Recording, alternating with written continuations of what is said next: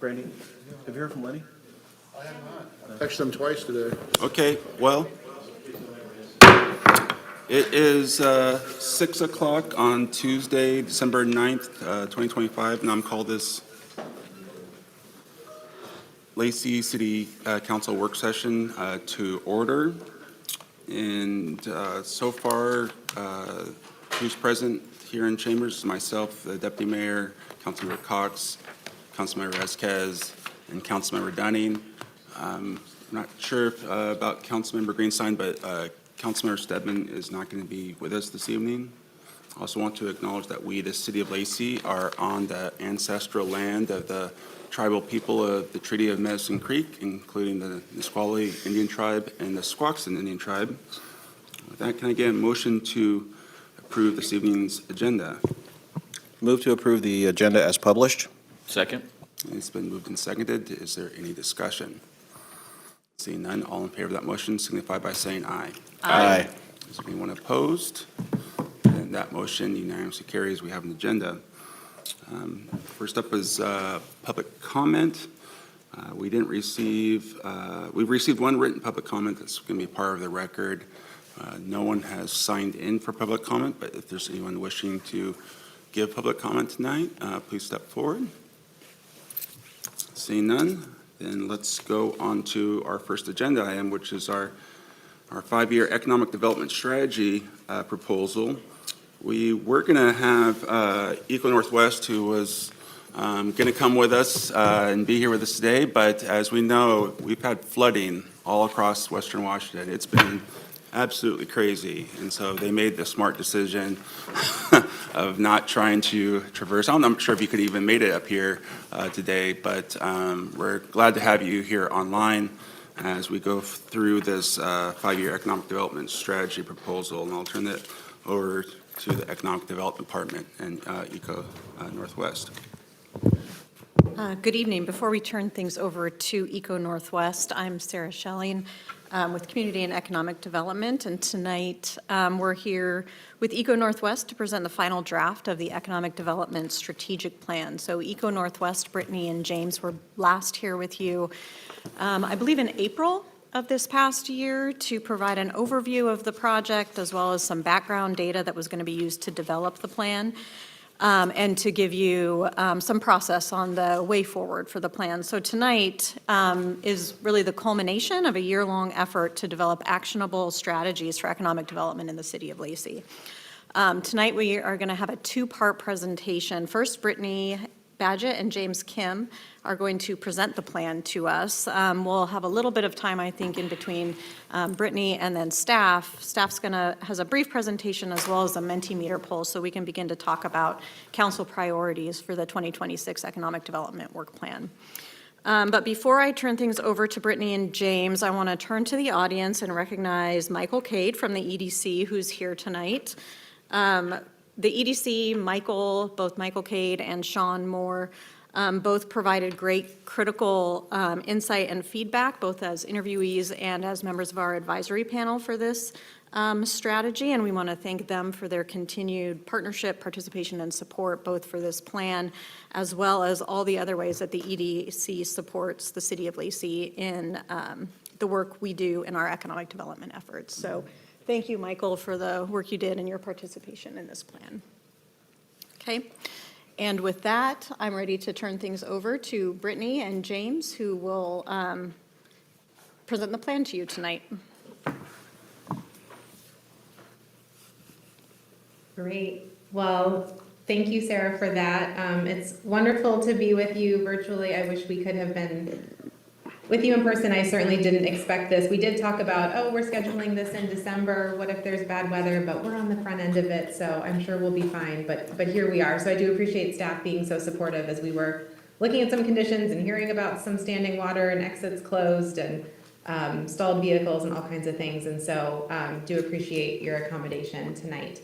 And would also like to thank, I know they're in the room, but Wesley, Vanessa, and Sarah again, and Shannon Vincent as well for all of their support these last many months, and the advisory group that provided some really critical feedback at different milestones in the project. Michael, I'm so glad you're there today. The EDC's partnership in this work has been really wonderful to see in action. And it's not just, I can see it's not just a performative type relationship. There's some really deep trust and relationship there. And we like to say economic development is a team sport. We can't, you all as the city can't possibly do all of it.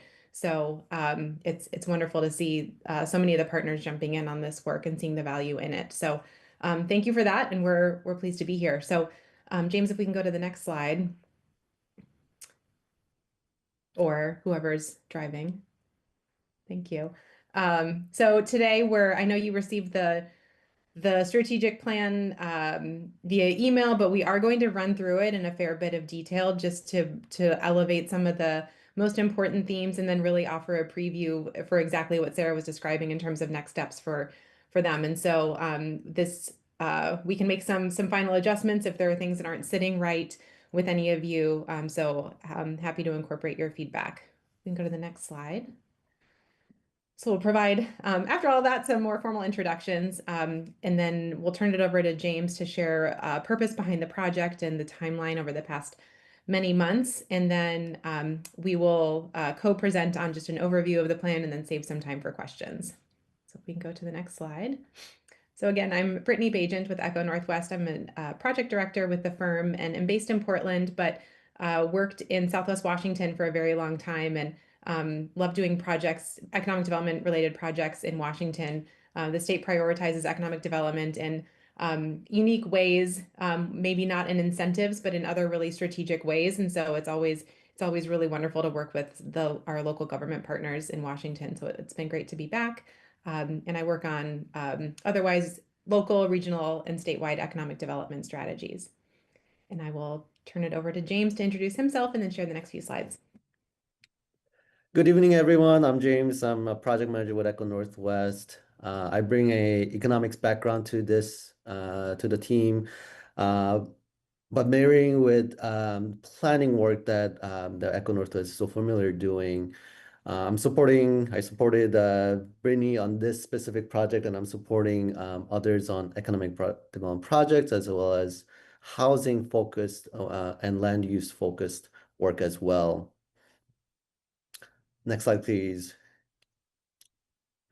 So when we started this work, and this is actually a same slide that we had shared back in April, May, we had these broad set of questions about what does economic growth look like for the region, for Lacey, and more specifically for the next few years, what are the key areas that the city can focus on? We knew from the beginning that there is this older commercial area, and there have been many ideas of what to do with it and how it can be changed. And it is a key driver key component of Lacey and a key driver of future growth. And related to that is about the types of jobs and types of people who can come and work and live in Lacey. On the next slide, please. There's some reasons why this look at strategic actions is important now, more so than before. Lacey has become, by population, the largest city in the county. It's rising as a regional hub. There is a growing and diverse group of people and businesses that are looking to Lacey and the Lacey and the surrounding areas as an opportunity outside of the more expensive markets like in Seattle and its neighboring cities. And so we wanted to think about through this work, what can Lacey do to position itself to become the next destination for innovation, talent, and investment. Next slide, we show the timeline of this, and when we had come last time, we were in the middle of this at the end of this number 2, where we wanted to present to you our initial look at demographics, employment, real estate, really data points. Since then, we've engaged with the EDC and multiple other groups and had interviews with business community to develop and tailor these actions for your city. And we wanted to prioritize actions and goals that make sense for the next 5 years. This slide summarizes what was shared back 5, 6 months ago about the data side of the work. On the left top corner of this slide, you can see some demographic information summarized that your population has grown and is growing more diverse, both in terms of race and ethnicity, and as well as aging population. On the bottom left of this slide, you can see kind of two boxes here that people come to Lacey for this category of goods or services. And then a slightly darker green box of people leave Lacey for these following reasons. And we would broadly summarize these two boxes in this way, that people generally come to Lacey to buy things, and then people leave Lacey for new experience. And then reflecting on that finding, what we started to think about, okay, what are some actions that the city can take to really change that narrative? On the right side of this slide is the industry makeup of employment of Lacey residents. These are people who live in your city and the types of work that they do, types of industries that they're in. On the following slide, we show two groups of organizations and businesses that we've been in contact with to inform our work. On the left-hand side, you see the advisory group that we've engaged multiple times throughout the project, throughout the study, as well as one-on-one interviews that we've done on the right side, businesses on the right side of this slide. Out of that engagement, out of our reflection on the data, one of the things we did is a SWOT analysis. The strengths identified here are your strengths that you should leverage to differentiate your city. The weaknesses on the right corner, top right corner, these are items where you should attempt to find solutions to these weaknesses. And then on the bottom left-hand side, you see a list of opportunities. These are things that you could act on to differentiate your city. And on the bottom right side are the threats. And these are really out of your control, but they're important to monitor as they could pose a risk for your city.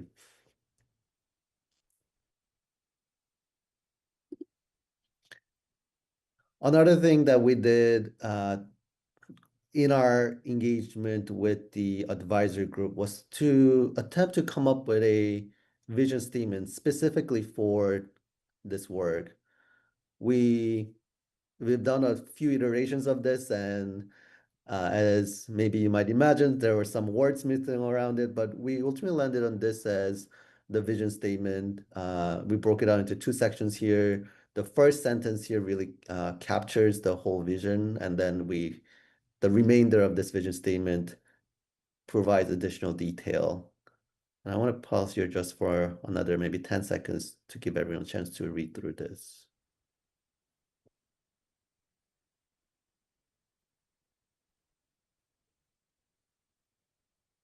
While they're reading through that, might jump in, James. We had a lot of conversation around how vision statements can often feel generic. It often might feel like this could apply to any city. However, it does feel true, and it was resonating with our advisory group. So we added additional detail in that second paragraph, but that of course makes it really long. We want to keep something really tight and crisp. And so that's why we decided to divide it into two sections and came to some really good consensus around the fact that with all of the sum of all of these parts is what makes Lacey so special. It's not one individual piece that we wanted to elevate from that second paragraph. So we workshopped that and got some good feedback. And this vision statement can be used in one of the later actions as well. So it was important to get that buy-in and consensus.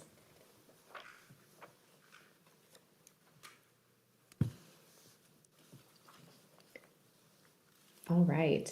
Are there any, and we can't see you all anymore. I'm assuming you can still see us, but we'll pause there. Oh, there we go. Are there any questions from the council on James' work before we go into some of the more specifics within the strategy? On the economic development vision statement, it says by 2045, Lacey will be a vibrant city with an authentic identity in a rapidly changing region where everyone can live, work, shop, and play. How does that separate us from any other city? I mean, isn't that what every city is striving to be? And so. Yeah, that's fair. That's what, I was sharing about the advisory group's feedback also, which is why we added the additional text. So these vision statements can feel very generic, but to specify them, they need to be much longer, which is why we divided it into these two sections. But we also had a conversation around these are common themes around cities, and this is what a lot of communities want to be. And just because it might feel generic, especially in that top sentence, it's what a lot of different communities are striving for. But we're confident in the second section to really elevate Lacey's strengths. Okay. But we have ideas of how to expand on that further, which we'll get into as well. But it's a good question. Thank you.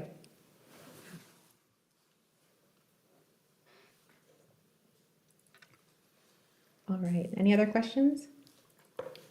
Go ahead, Councilmember Vasquez. You're probably going to get into this, but one of the things that you called out as a weakness, which we're supposed to do something about, perhaps turn it into an opportunity, is not as many higher paying jobs. Have you seen other communities where maybe they had that same challenge? How did they address it? And does the plan kind of speak to that? How we would encourage the development or the migration of more higher paying jobs? Yeah, absolutely. This is kind of the crux of what I would consider to be traditional economic development. And so that's encompassed in goal 2 of the frameworks you can see here. So expanding the local economy.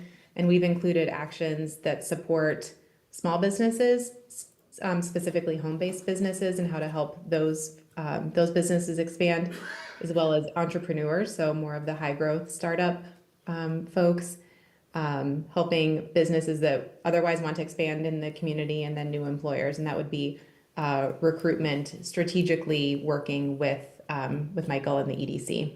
So we can get into that in just a moment. Thank you. Welcome.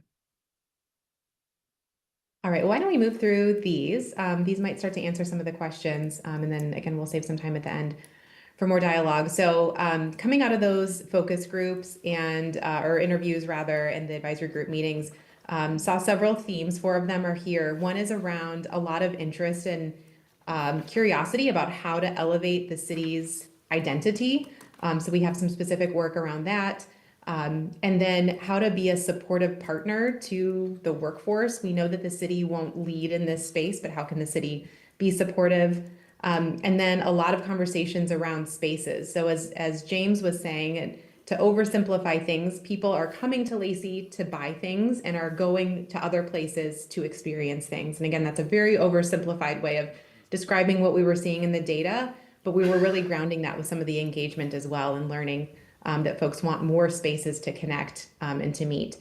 And then, of course, to support businesses, specifically small businesses in the area. There's a lot of interest around that. So from those engagement themes, from the data, from these conversations and workshops with staff, came up with these 3 goals. The first is really defining the city's identity specific to its economic identity.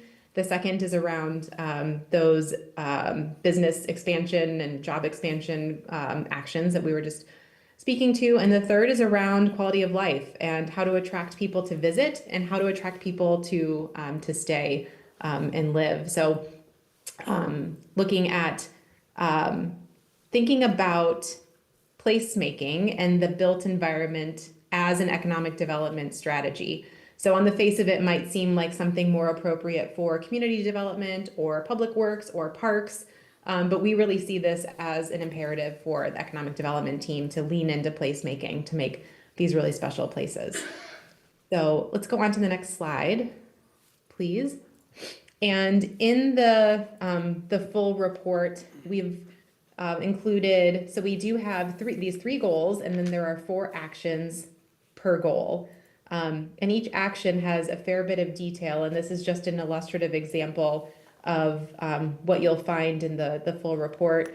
And we wanted to break up the actions and offer a little bit more specificity again for the team. So we've stopped short of offering or suggesting a work plan. I think that's really personal for the team to take on, but this will help get them pretty close. And so each action has a section around why this is important. And so we've tied back to the engagement themes and some of the data that we've seen. We've suggested at least one metric per action because we believe that we really can't move the needle if we're not measuring our progress. But that said, metrics can get to be really onerous and really complicated. So we worked really hard to find ways to measure progress in an accessible way so staff aren't spending their entire time just measuring what they're doing. They're actually doing the thing. We have several next steps, thinking about each action and trying to divide it up into really achievable chunks of work because some of these can feel pretty daunting. And then wanted to note and give credit where credit was due, where the city and some of their partners are already doing some of this work. And so much of this, several of these actions are building off of work that's been piloted or started. And so we wanted to offer that as well. We also outlined where we see the city best positioned to lead an action. So be the face of an action or be the project manager for an action versus where they might support. The workforce piece I was just mentioning is an example of that. We've also listed some partners we think that the city should start or should engage with. This isn't an exhaustive list of partners, of course, but folks that we talked to along the way or heard about as we were talking about finalizing these actions, and some of the partners and CBOs and economic development practitioners were saying, oh, you need to make sure to include this group when you're building this out. And so we wanted to document that somewhere. And then to showcase the resources needed, very, very few of these will be free. Many of them, however, are building on existing programs and policies. And so we've included a $ signaling that level of investment compared to a new policy and program versus capital expenditures would be the most expensive. And I know staff will get into that in a bit as well. And finally, on these cut sheets are a list of best practices. And so James, in particular, on our team did a lot of research on a lot of these different actions to see where in other parts of the state, and in some cases other parts of the country, have other cities done something similar. And they've achieved really successful outcomes. And we wanted to offer this list of best practices so that staff have a resource and a partner that they can reach out to learn more about if they want to pursue any one of these actions. Let's go to the next slide. And for the next few slides, I will go through each of the 3 goals and then each of the 4 actions within them. So if you can bear with me on this, and then we'll pause afterward to take some questions. So, and again, each of these actions will have one of those full page cut sheets. So for goal 1 of define and promote the city's new economic identity, we have 4 actions here. The first is around celebrating and promoting the city's diversity, specifically via storytelling. So that looks like expanding the night market and other events. We started to collect a list of events from different interviews we had, and folks really wanting to expand on those. And then a next step might be to create something called the Faces of Lacey, just a series profiling small businesses who are engaging in these events, and really develop a diversity forward marketing campaign. So that would be involved in action A. Action B is around creating a comprehensive visioning process. And so back to the vision statement and the discussion around that, the vision statement we have for this project might feel generic, might not feel comprehensive, and this project wasn't intended to do a full comprehensive community engagement process around that. And so we would love to see staff take that and run with it, which I think they'll be prioritizing in this first year of implementation, around a more comprehensive process. And so we're encouraging that because you all need to tell your story, otherwise others will tell it for you. And so we are suggesting that staff convene you all as council, as well as senior department leads, in a more facilitated workshop to develop a common understanding of your economic identity, as well as neighborhood identities. And that was some other feedback we received when we met with you last around how to incorporate the neighborhoods and the different identities around them. But to pull that together into a more cohesive vision that incorporates those different themes, and then bring it to the community to get their input and survey them and so forth. The next action would be then to take that vision and then start to communicate it directly with companies and developers looking to invest in the community, brokerage firms, new businesses, and so forth, and update collateral so that all feels really fresh. And the last action here is to work with the Port of Olympia and the EDC on import-export services. So we worked with Mike Reed on this one pretty closely. Originally, we were planning to recommend the city bring on a new FTE to focus specifically on the FTZ, the foreign trade zone at the port, but come to find out that the port and EDC are working on a joint position. So we're instead recommending that the city really formalize their role with that shared staff person, so that person can promote the benefits of the FTZ, of the foreign trade zone, to local businesses. And we did some research on this one and learned about Everett as an example. The Port of Everett and Snohomish County have a joint program to market their FTZ. So there's some good examples there to look at how to host roundtables for businesses and really expand on that work for the city. If we can go to the next slide, please. Under Goal 2, this is going back to that job growth, how to really help employers. And the goal is to expand the city's local economy by supporting a series of different kinds of businesses. And so the first action here, which would be creating a new program, so this would require more resources, but we built this around some engagement that we did both with staff and the advisory group about creating an accelerator program for micro enterprises, so really small businesses, likely home-based businesses. So an accelerator program would be something like providing coaching and technical assistance, and collaborating with service providers to work with them to tailor their curriculum so that home-based businesses can really get more out of it. So think things like licensing and branding and digital marketing and cottage food production rules and others.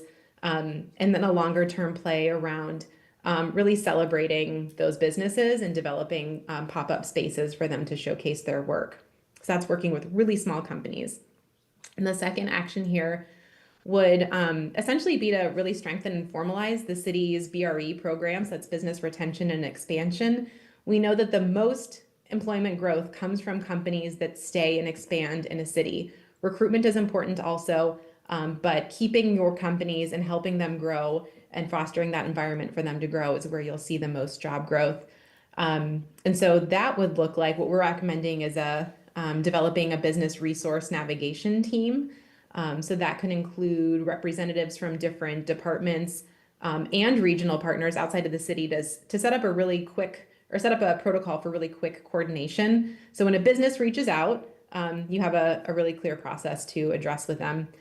And this work could also work on developing outward-facing materials for businesses with contacts and guidance and testimonials. And there's several examples of some really successful programs around the state. We did highlight Spokane's rapid response team, and they've fast-tracked projects to help businesses really navigate through permitting, public works, planning, and so forth. The third action here is to strengthen recruitment. Recruitment's already happening, working with the EDC.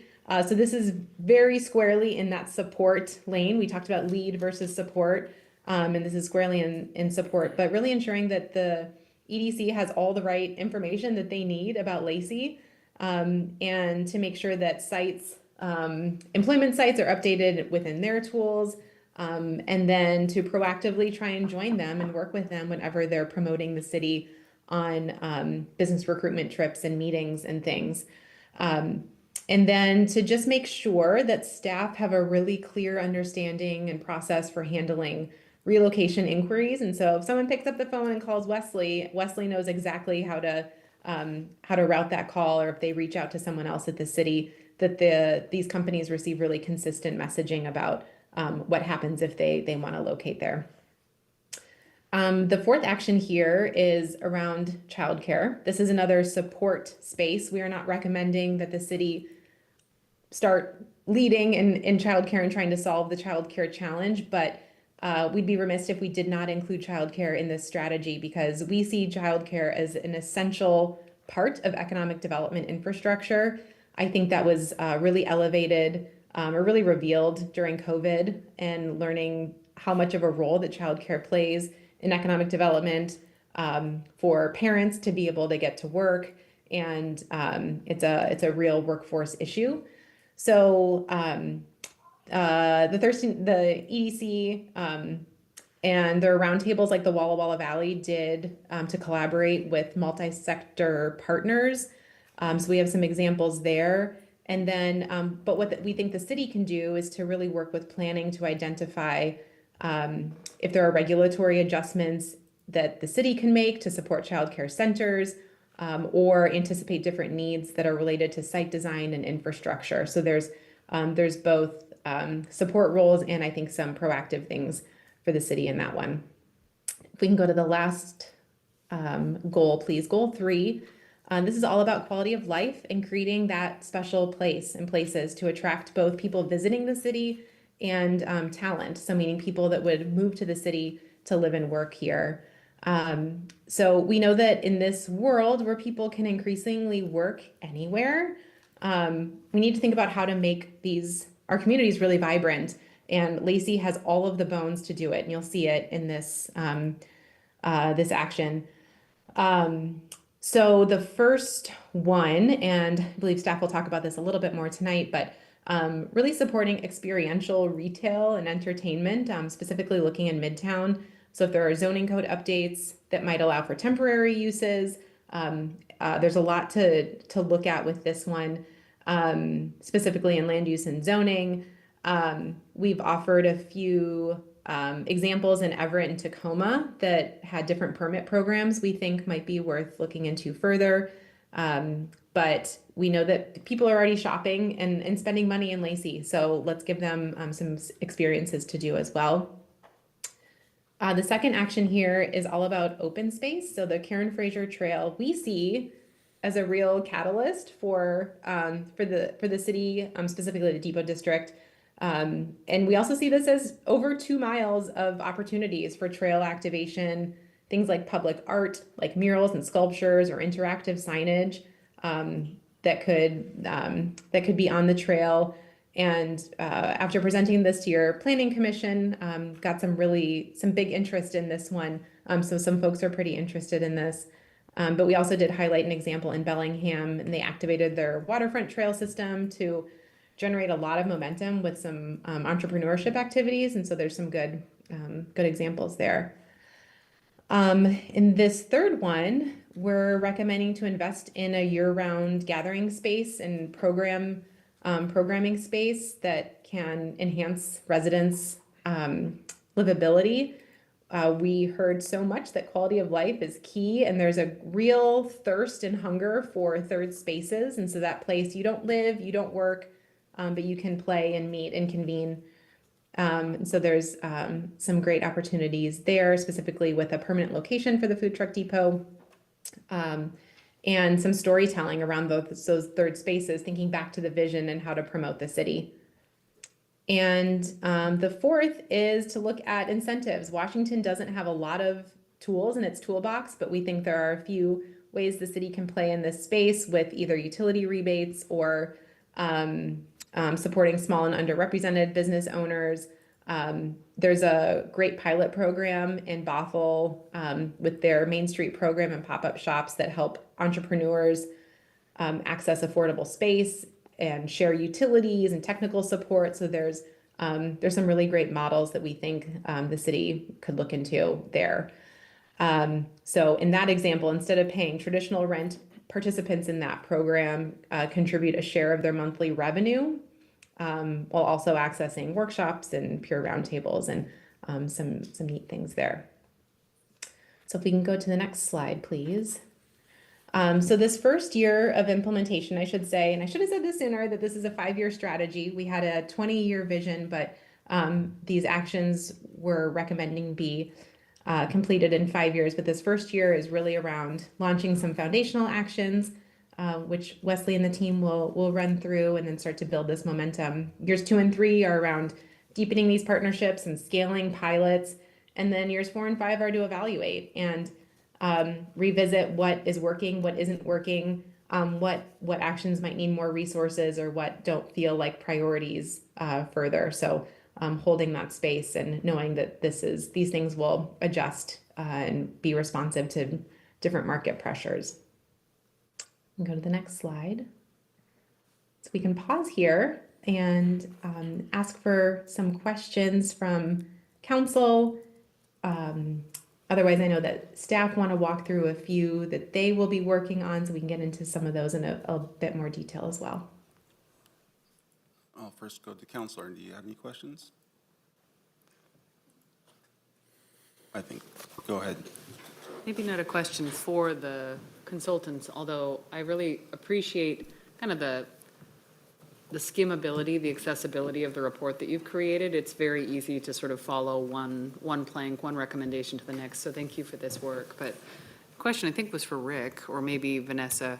We updated the zoning definition for the neighborhood commercial zone a couple months ago, and we had some conversations about allowing childcare facilities to be built in neighborhood commercial. Did we end up approving that update? Like, can we now build childcare centers within the neighborhood commercial zones?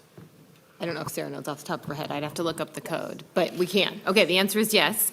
The second thing that is probably worth noting in this discussion is there is legislative requirements that came out of the last legislative session that you will see in maybe a month's time or so, us proposing to advance, which is a requirement to allow childcare facilities basically anywhere in the city. So that's something that we anticipate to be a part of our work program next year, basically based on state legislation and mandates, but maybe for good reason as well. Yeah, I mean, that seems like alignment, accidental alignment, right? With the recommendations that we're receiving from these guys and also what folks are seeing at the state level. We know that the state has a childcare scarcity problem. Childcare is very expensive, hard to find, and it does result in people not being in the workforce. If you can't find someone to take care of your kid, you're taking care of your kid and you're not working. So I'm glad to hear it. And just to jump quickly on the accessibility comment, I'm glad to hear that it feels accessible, but I also do want to give credit to the city and their, I don't know if it was the communications or marketing team, but put out some really beautiful design guidelines that we were able to use for the report. So this is aligned with your logos and a lot of guidelines. And so that was really helpful for us to pull all of the materials together. So kudos to your team for pulling together a really comprehensive guide for that. Okay. So I'll go back to the very beginning when it says goals to define and promote Lacey's new economic identity. I would say that Lacey already has a defined economic identity, right? We are known as the most diverse city in Thurston County, who has a diverse population. We're known as a business-friendly community. We're known as a community that supports small business. If you just look at, our national rankings, we're up near the top.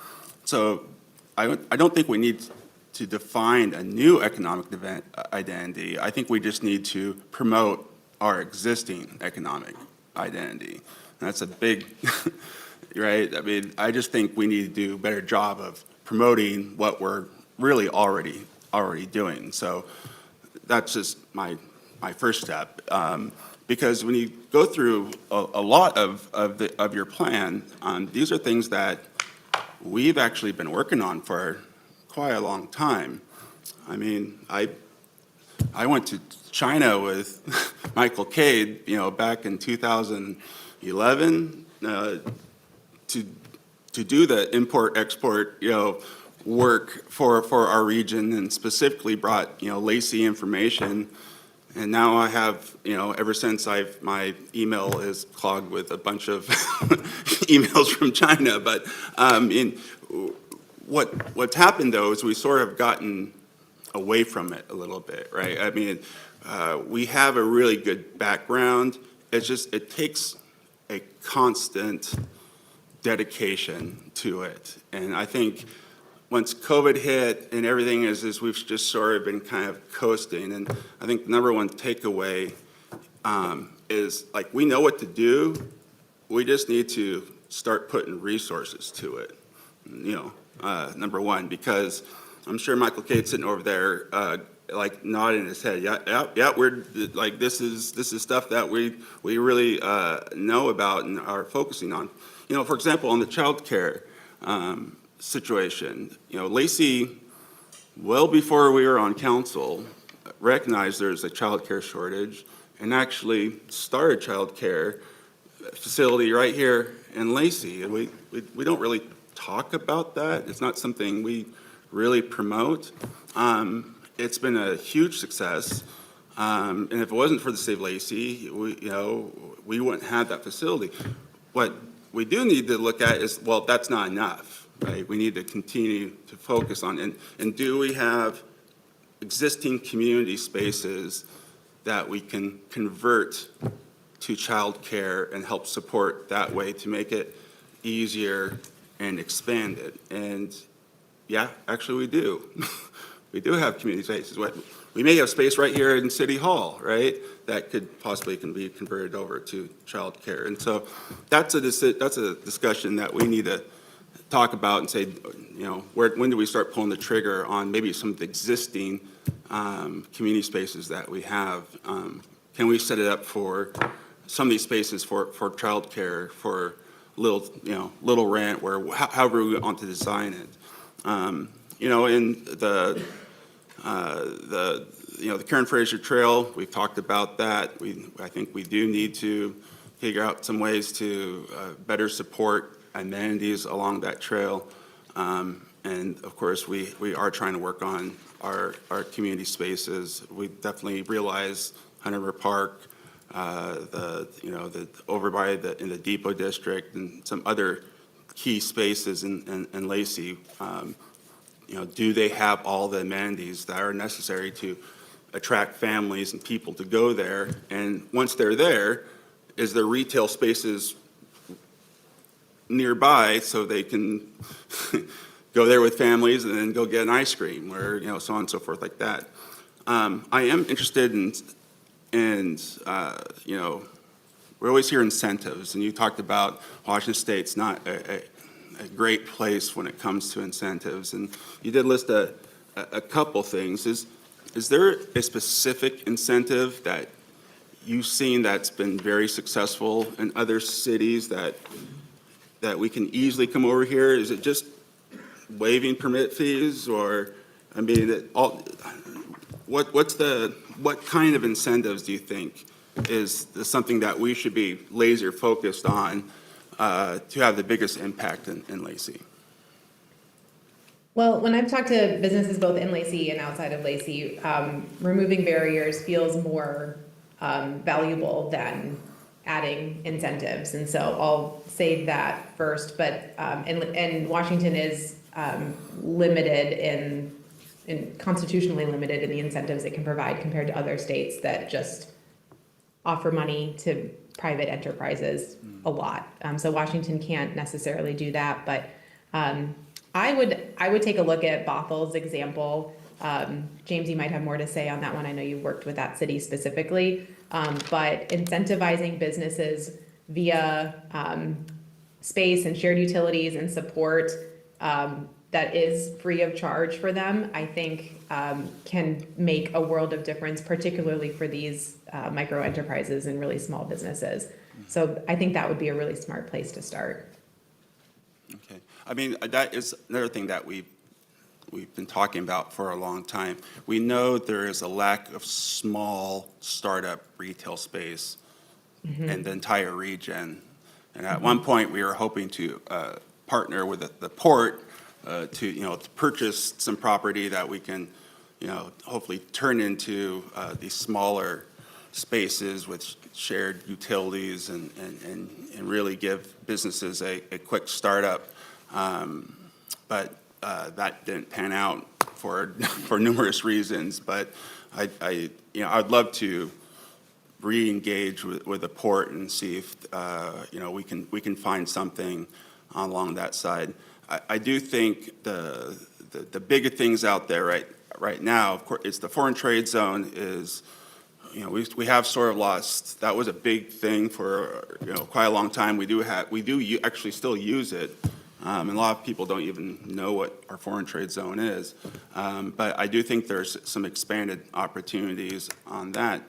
But then you go to the federal incentives, and we do have defined areas where the federal government, even right now, is sort of looking at these investment zones. These opportunity zones.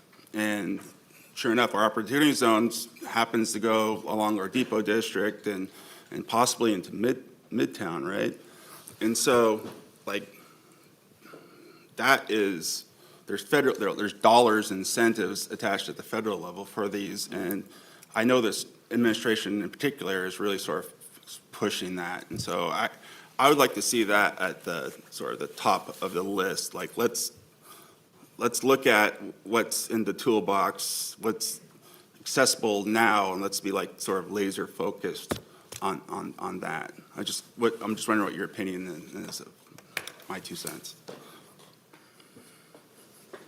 I think it is worth exploring. I mean, anything connected with the federal government does feel a little uncertain right now, but I think that's a perfectly fine thing to add, and it could easily be nestled under the action around incentives.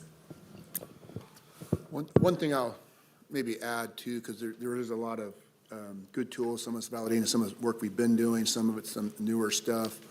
And again, looking at whether it's incentives or some of the work with import, export, those type of things. And it really starts setting something and revalidates again and articulates these priorities so that we can start building those partnerships. Because one of the things creating a space for small business startups, opportunity zone investments, those type of things, even though we have the incentives, we got to find the partners and we got to work as a collective. And so one of the nice things about the development of this draft plan is, again, it's bringing stuff, previous work forward, adding some new stuff, but also give us a roadmap to really sit down with our partners like the EDC, like the private institutes like St. Martin's University, these other places that we've worked with traditionally, and says, hey, this is still the goal.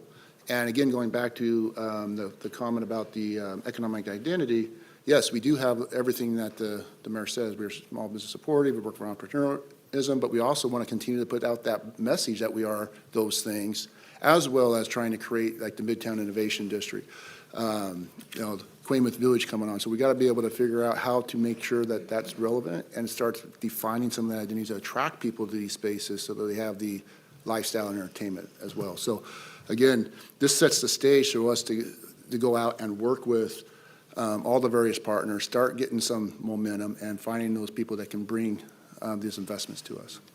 And I don't, you go ahead. Two quick things. One, I spoke with Alex Smith, the port director, last Friday at the Regional Planning Council meeting, and she said she's very interested in engaging with Lacey and perhaps even having our council and the Port Commission meet once the new commissioners are seated. So sometime after the first of the year. And then I wanted to comment on your earlier remark. I agree with most of what you said, but one of the things that's lacking here in Lacey is really well-paying jobs.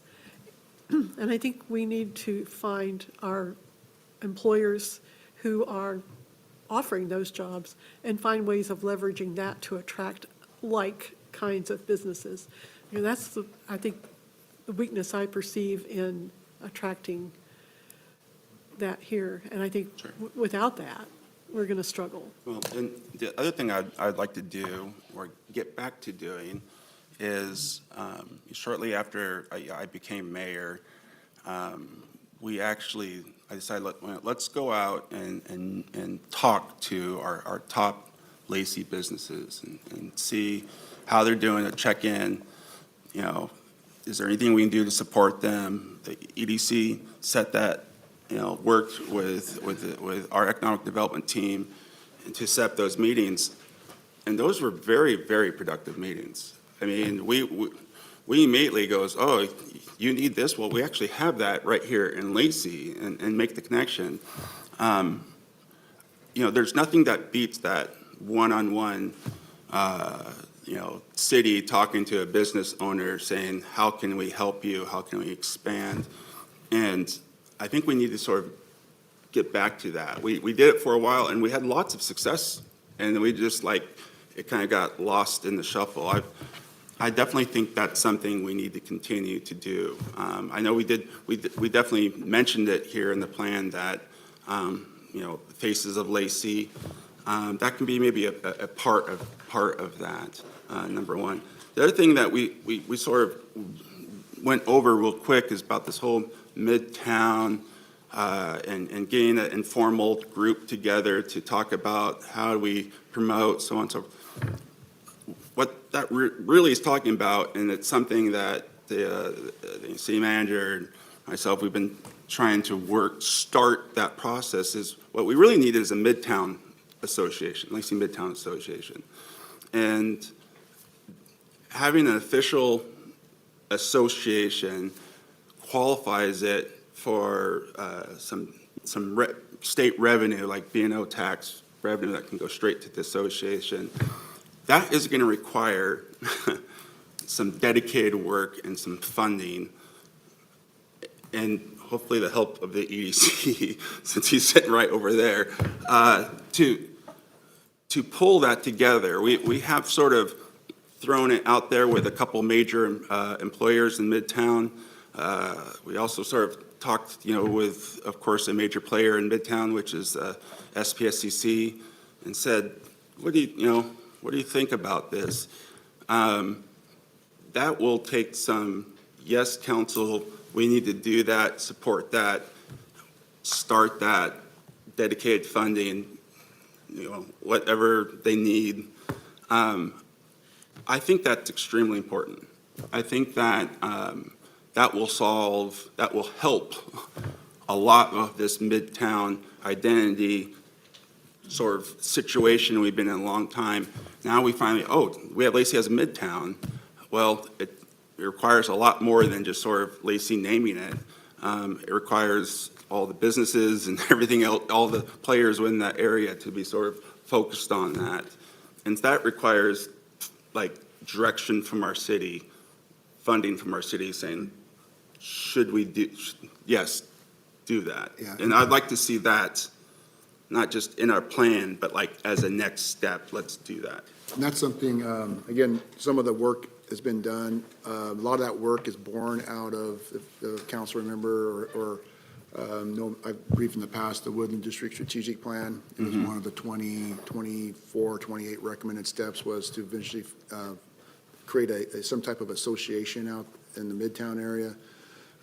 But again, back in 2012, 2014, when that plan was adopted, it was too soon. It wasn't ready yet. We need to have some incremental improvements. We're seeing that starting to happen, starting to take forward, that district starting to emerge in accordance to that vision. That vision goes back to the late 90s with the Downtown 2000 plan. And again, it's one of those things, it takes a while and it takes some steps and it's starting to get there. So as it's emerging, we're starting to have these conversations with businesses that are stakeholders in that area to try to figure out how, see what we've done, and here's the vision. Now we need the private business to take an interest and a role. So we're working with the EDC and Michael to try to formulate those conversations. So I would see as we talk through this plan this economic development strategy, and it gets to be finalized sometime in, maybe in January, that would be part of a defined action of how do we start applying some resources to some of these action items, including what the mayor was just talking to. Are you ready? Yeah. So thank you for all the conversation, the feedback, and thank you, Brittany and James, very much for your presentation and your work on this strategic plan, as well as our staff and our partners that helped us with that. I have a second presentation I think Shannon's going to put up on the screen. And Brittany and James, if you want to stick around through this part too, I think that would be great. Thank you. So this conversation's great. I think what I heard is we have a lot to do and we got to figure out what we want to do, right? Like, well, there is so much out there. There's so much we can do in this economic development world. There's a ton of different avenues, and that was really one of the foundational reasons we wanted to develop this plan, focus our energy, focus our staff time, and focus our dollars in our conversation with council on those areas where it's going to be the most effective, so we can see the best outcome for our community and for our businesses. So just before we move on to the next step, I just want to ground us a little bit in the conversations we had in 2025. I used to be able to make this work before. Come on. There we go. Did I do it? All right. So in 2025, we had conversations with this council about what should we do, how should we look at some of our dollars and our strategic investments, as well as actions to advance economic development in 2025. So really some strategic investment conversations that came from the council was looking at Hunter Park enhancements that I think you're all familiar with. Also moving forwards with a depot site feasibility study to look at a permanent site for the food truck court, and then this economic development strategic plan. We also, the council invested in innovation and entrepreneurship by supporting the Makerspace again in 2025.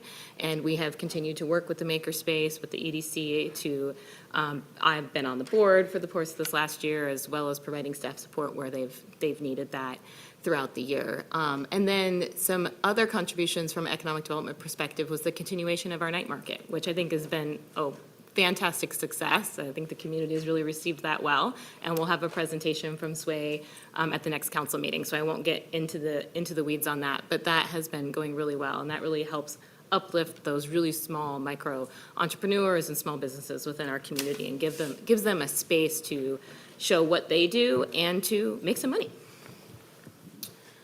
So where are we with some of these initiatives from 2025? So with Hunter Park, we are getting close to finalizing the design with our consultant, HBB. We do anticipate completing that. And when I say finalize the design, I look over at Public Works. I don't mean 90% plan sets. I mean the final conceptual design. We're not that far. And we look at finishing that in Q1 of 2026. And really the key there is that that's conceptual design. Funding has to be identified in order for that to move on to the next phase, and we don't have funding identified.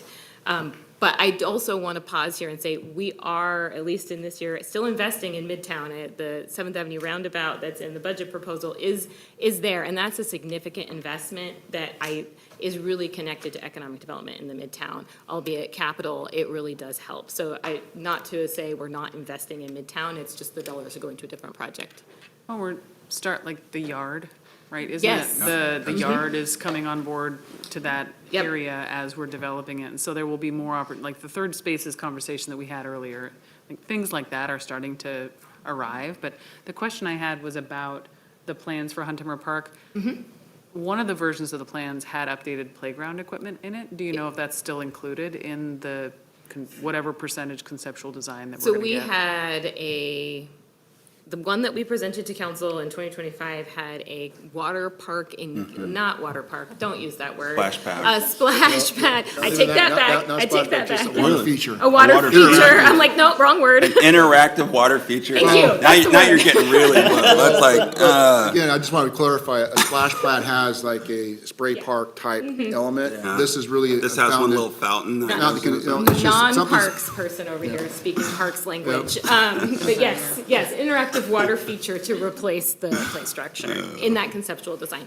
That could be refined in terms of cost. There's a high cost affiliated with water features, so as we move forwards, we'll see how that plays out.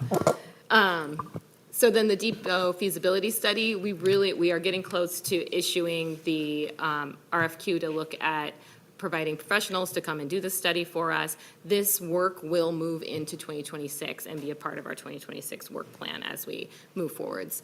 And then the economic strategic plan, which is here tonight. We've talked about it in a lot of detail. We're going to get into priority conversation with the council next. And after the conversation this evening, if the council is okay with it, we will finalize the document and be able to move forwards.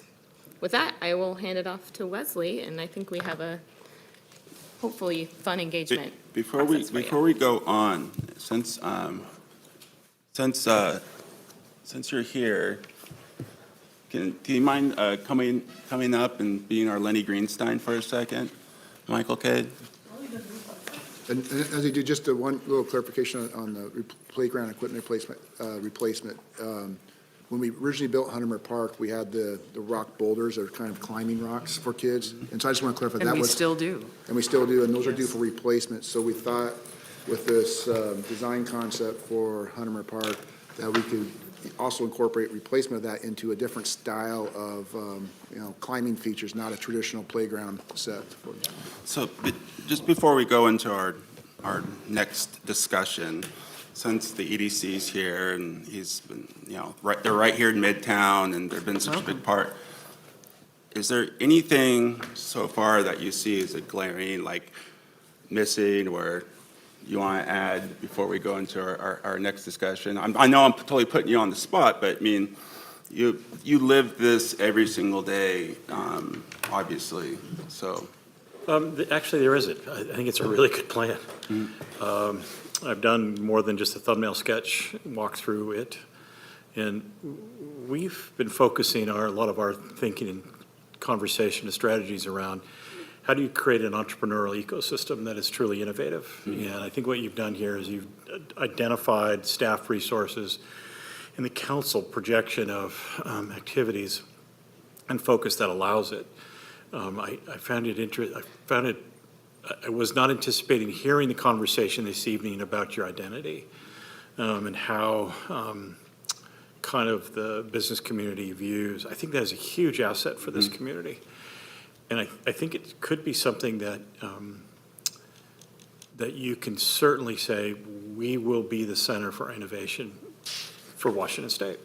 And I should just say it, because you have some pretty cool things that are happening here. You have an emerging Midtown. You think about the vacancy that's there. There's not a lot, but it's emerging, it's growing.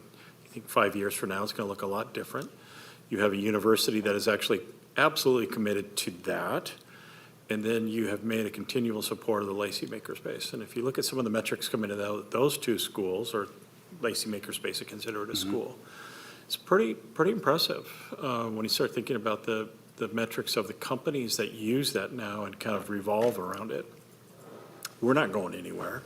My organization's not going anywhere. We've had a rough year, sure, but we are absolutely committed to focusing our resources around the notion that we're going to grow businesses here, and we're going to attract them. And as you create the space for people to come here, I would not step backwards from that. One of our selling points that we have is that when you move to this community, you have an opportunity to be a part of the leadership that's going to grow supportively this community, not only for the next 5 years, but for 10 years. And that's a big deal. Yeah. We talked a little bit about incentives. There just isn't. And so let's get over it. The incentive that you have here is the strengths, weakness, opportunities, threats. It's on the opportunities and the strengths of the community. That's your incentive. And I would grow it, and I would support it, and I would do everything you can to make sure that that is maintained in your focus of your team. We'll always be lockstep with your team. But I'm sorry, I kind of been wobbling around your question. Your question, did I see anything glaring? No, I didn't. And so that's a really, really cool thing. It's not very often that I see an economic development plan from a city that I think, oh, they got it dialed in. You guys got it dialed in. I think your team has done a wonderful job. Eco Northwest is just absolutely ask good questions. They put scenarios in front of us to think about and talk about, and allowed us to kind of put us through our paces as we think about economic development as a strategy and a practical matter. But I don't see any real glaring misses. They're out there, I'm sure they are, but you have enough flexibility to move and manage, and the economy's gonna change. You know, you made a comment earlier about we did quite a bit of international trade. You know, COVID stopped it. Yeah. So now it's time to get back to it. But we have those networks and you have those bases to do that. Not many communities have what you have. I do think that you hit on something.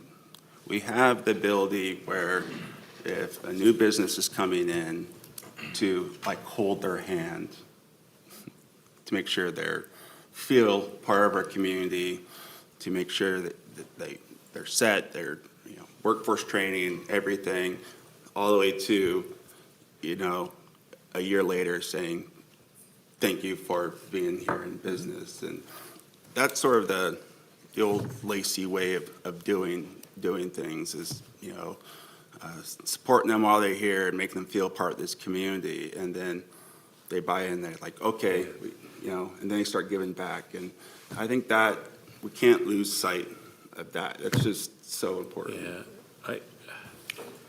If you talk to, let's say you have 20 businesses that move into Lacey in any given year, and you survey them, where is your obvious first point of contact when you came in here? I would think of those 20, probably 15 would say the city. 5 of them would say the Economic Development Council. 3 of them will say the Chamber of Commerce. 2 of them will say the Economic Development Council. Our role seeks to understand that metric. And our role is to make sure that you have every resource behind it. So when they do come to talk to your staff, they're ready and we're standing behind it. And that's a good thing because it builds your brand. And it builds your brand. We want people to come here. We want people to talk to your team and your staff. And so as you build your strategies around it, there's that pathway. You know, it's like water, right? You put up a block and it goes around it. So we want to funnel that interest in investment here to make sure that we're ready to go as a team. So. Okay. Thank you. I'm sorry I put you on the spot, but I figured since you're Thank sick. you. Go ahead. So good evening. I already passed it. okay. I'm going to try to share. I apologize if it's a little bit clunky. Let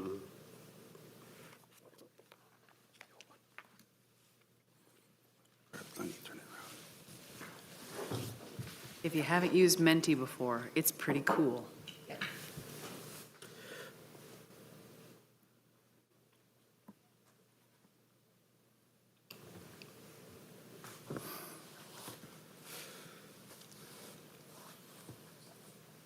So, as Brittany mentioned earlier, there were 12 recommendations that was put together by Echo Northwest team. So what we did was we split up the 12 different actions, recommended action, into 3 main buckets. The first bucket is building on existing programs and policy. And in that particular bucket, there are 5 items. What I'd like to do is if you can scan the QR code that I pass over to you and using your iPad or your phone and rank them in order of your priorities. And once you rank them, you can move them around to, and then you can also select just one that you like and you don't want to rank all of the other one as well. So Go for it. once you do that, it'll pop up here live and you should be able to see. Go ahead, do it too. Are you able to scan the QR code? And Yeah, let us know if you have any technical difficulties with the QR code. And then, just if you don't mind, Wesley, in your packet, we've ordered the cut sheets, Yeah. as Eco Northwest talked about, in order of, these are we rank them by the dollar signs. So the first one is that $1 item that you'll have in the questions there. And so those are all stacked right on top. So if you wanted to look at any of the details of the next steps, they're right here in your packet for quick reference.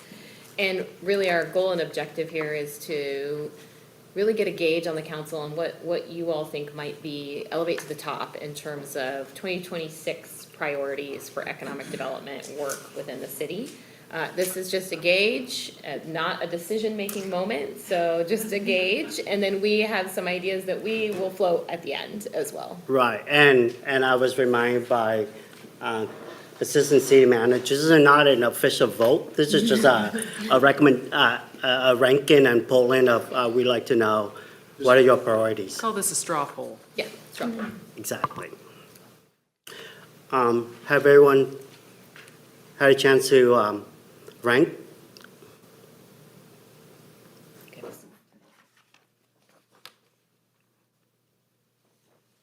And is there any discussions based on the results? So strengthen regional business recruitment. Seems like it is about tied, if I can't quite tell. Oh, nope, we're not done yet. Take it all back. Okay, did everybody vote before I say anything? 6 out of Waiting here. the 7. Mayor's still working on it. We're ranking them, right? Yeah.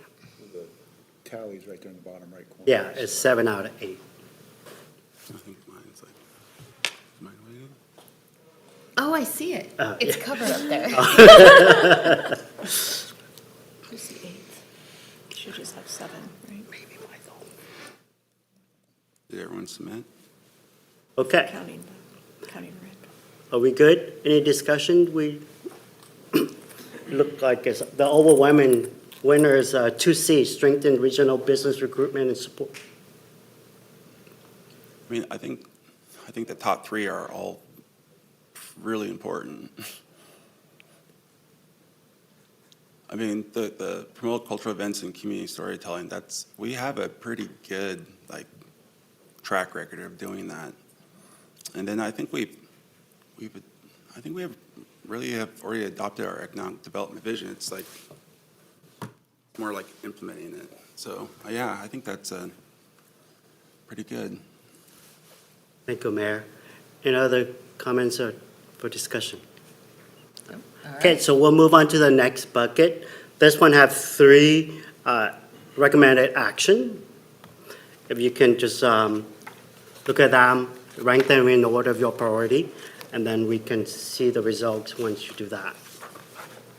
And again, the items in details are in your package. You want to look at that as well for some reference.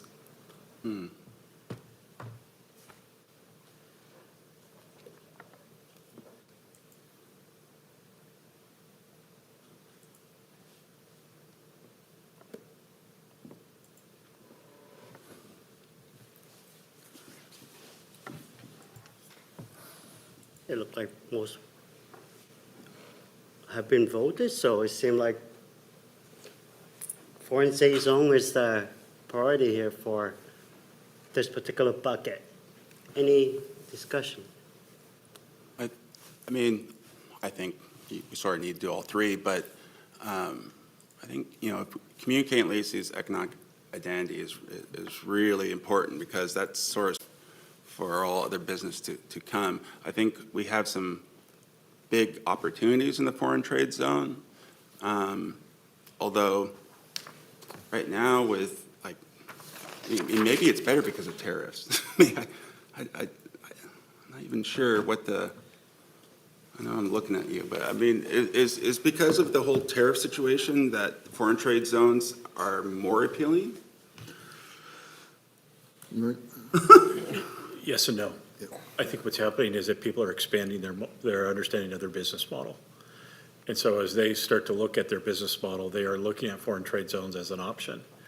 And so I think what you'll find is that I believe that companies will start to utilize foreign trade zones where they didn't before because they didn't really look at it as something that they should do. And I think that's what's happening now is they need to become better schooled and understanding of what that is an option for them. So we're starting to see, we actually see it in our just general business counseling. Hey, we do import, export out of stuff. What do we do?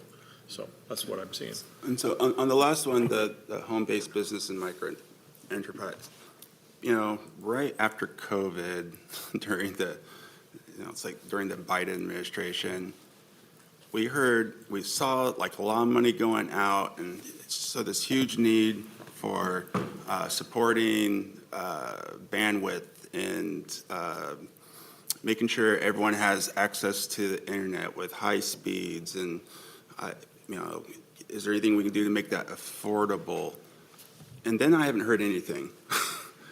Do we know, is that a strength, an opportunity, or is that a weakness in Lacey, in our area? You mean Or is this access to something that broadband? we need to look to, like, partner to make sure everyone, does everyone have access to the internet? I mean, I don't know.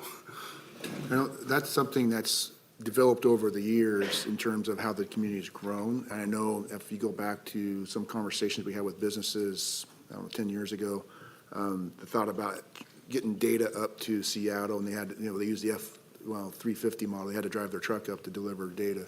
But as and that's in the Northeast area. But as the Northeast area is built out, you have a lot more residential customers, and broadband's been expanded as development occurs to provide access to the Northeast area, which was where it was lacking 10 years ago. Countywide, I know there's been a lot of effort, especially in the rural areas, to expand broadband. Some of that's been done by special programs through, I know the Squaw Tribe Enterprise Services have been doing a lot of work and other things. So that access to broadband has been expanding over the years. And I think and of course, it's all predicated on, you know, I've been seeing more communication companies coming into the market to add more options. I'm just curious, is it adequate, is it fast enough, and is it inexpensive enough for a micro or home-based business to see it as an asset in our area? It's never fast enough. Yeah, right? It We're never just like, is. But Rick is absolutely correct that you've got more options now, and it really has become more robust. Thurston County, South Thurston County stinks. I mean, it's not good. So, I think talking to the food truck, for example, they do use POS system that is a Wi-Fi, so they do have been able to have the capacity to access the internet by that. So I think internet in our city is pretty good. Yeah. And off our equity map, indicates about 97% of our households have access to broadband in the community. And then also, Ziply Communications just recently come into market using broadband funding. So we got to access, and it's continually being expanded and broadened. Back to the foreign trade zone too, just to add on to Michael's point about yes and no. You know, it really is two things. One is there's opportunities for businesses that can reduce their tariff liability. So there is that piece, but that's probably the lower percentage of opportunity. It's more about cash flow. And when in the past, when we go out and talk to businesses about the opportunities of foreign trade, that was really what tipped them over, was the ability to spread out that cost. They weren't maybe getting a reduction in tariff, but they were able to work with their cash flow so that they weren't being overextended and having to finance some of that import. well, because when everything goes in the foreign trade zone, they actually don't pay, they're not paying the tariff until it actually It leaves. leaves the facility out to the distribution Yeah. network. Well, that seems like it'd be very attractive at the moment, because if you wait like a month, the tariff might change. Which is why we're wanting to resurrect that work, because it's been something, it's another thing that kind of got hiccup in the pandemic. Now we're getting back to it. All right, so we can move to the last bucket of questions or priorities. So these are 4 recommended action by Echo Northwest. These have a large capital expenditure cost to it. Please take a look at that and rank your priority.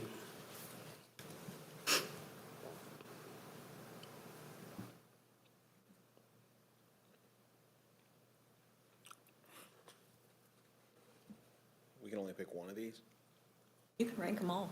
You can rank them all one, Which one's most important to you? and then you can move them around. Built-in flexibility. You want a weighted vote, vote fewer times, Yeah, right? you got it.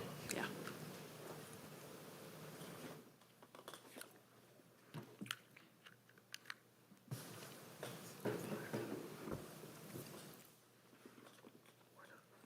Waiting on a couple. I think that's it. Yeah. Well, it's interesting that year-round public spaces jumped up there, because it was actually my first Is that indoor or outdoor? Well, no, it's year-round, right? And so I think the one thing that we have seen with the food truck and the night market, that area in particular, it's been so successful for 3 months of the year, and then it rains. And, like, we completely lose that opportunity because I don't want to stand out in the rain while I'm getting my barbecue. Like, I mean, It's Right? not just that It- place. but It's it- but- the parks, but, it's. yeah, but we don't have that one big public place. And I know we're talking about where's the permanent site? But, like, I think the thing that we could do that would have the biggest impact, that would bring the most amount of people, is set up a permanent food truck place that has an opportunity for like 10 trucks, inside space that's covered, Yeah. right? That you can operate year-round. There's several models like this. I've seen them in Portland and other places, and they're amazing. Like, not only do you have a wide variety of food opportunities, if the city owns it, now you have an indoor public space Yeah. that you can use. Might even get a Netflix special. Yeah, but on the inside, you can have, pub on one side, coffee on the other. And there's so many different things you can do. And it's like, we would all love that to happen. Ideally, we'd love the private sector to come and provide that space for us. But if we're serious about what can we do as a community, man, it'd be great to build that, put some dollars towards that, and see that come to fruition, because you can get rent, you can do a bunch of things, and it would be popular 12 months out of the year. And what's interesting is that spot, that lot right across the street from the existing one. Yeah, I mean, there's others, we'll just have to, like, where is the spot? I mean, I love that spot, but, we'll have to talk long-term about that, but, yeah. I have a question. Talked earlier about the updates to Huntemer Park. Some of the versions of the proposals we saw did call for expansion of the pavilion and relocation to a different part of Huntemer Park. Rick's making a face like maybe that's not Yes. correct? There was a conversation about that long-term, but the actual concept design, and Vanessa and Sarah can probably a little more deal, but the concept design was really looking at expanding the plaza-type features on the south side next to the boulders. As I recall, moving the pavilion was going to be extra expensive. Exactly. But I was thinking, like, wouldn't it be nice if we could expand it so that we had a larger roofed area in Yeah. Huntemer Park? Because it is centrally located, but probably not during this phase of the development. Well, you could do something like that there. I mean, if you completely sort of, like, if we want to give up a bunch of park space, but, I mean, that's. And that's part of this conversation, right? And the good work that the CED team's put together is, there's going to be some choices. Where do we layer some of these limited dollars to try to encourage this private sector? And we can't do everything all at once, but we're going to be looking at coming back with maybe a schedule and taking this conversation and fine tuning of what's feasible. Yep, thank you, Rick. That's really kind of why we wanted to have this Mentimeter today with the council, was to kind of take the flavor of what you're thinking rises to the top. I agree, they're all priorities. It would be great if we could do them all right now or tomorrow, frankly, but we do have not only limited resources in terms of dollars, but limited resources in terms of time. And so how do we pick the ones that resonate with the council, resonate with the community, and elevate to the top so that we can execute? So I think, do we have one more slide, Wesley? No, I think this is all the Okay. Menti questions we have for you guys. So thank you very much for participating in this exercise. There is one more slide. Yeah. Oh, it's in the other Yeah, presentation. in the other presentation. I knew we had one more. I did just want to make one point on that last slide, but the very least ranked one was incentivize local business, which everyone up here talks about local business all the time. And it's probably the one that we have the most control over, is incentivizing local business. So I just find that interesting that we don't prioritize that.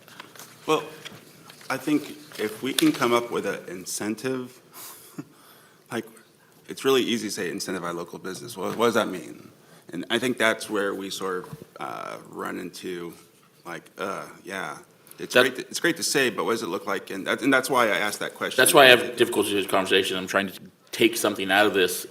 What does it mean for high-paying jobs? You know, what is it, we're saying a lot of stuff, but we're not really getting anywhere. And so it's like, what are we actually taking from this is kind of the reason why I've been quiet and frustrated. Were you a plant for this slide? Probably. I wrote this one. Yeah. That was a Thank you for that transition. nice segue.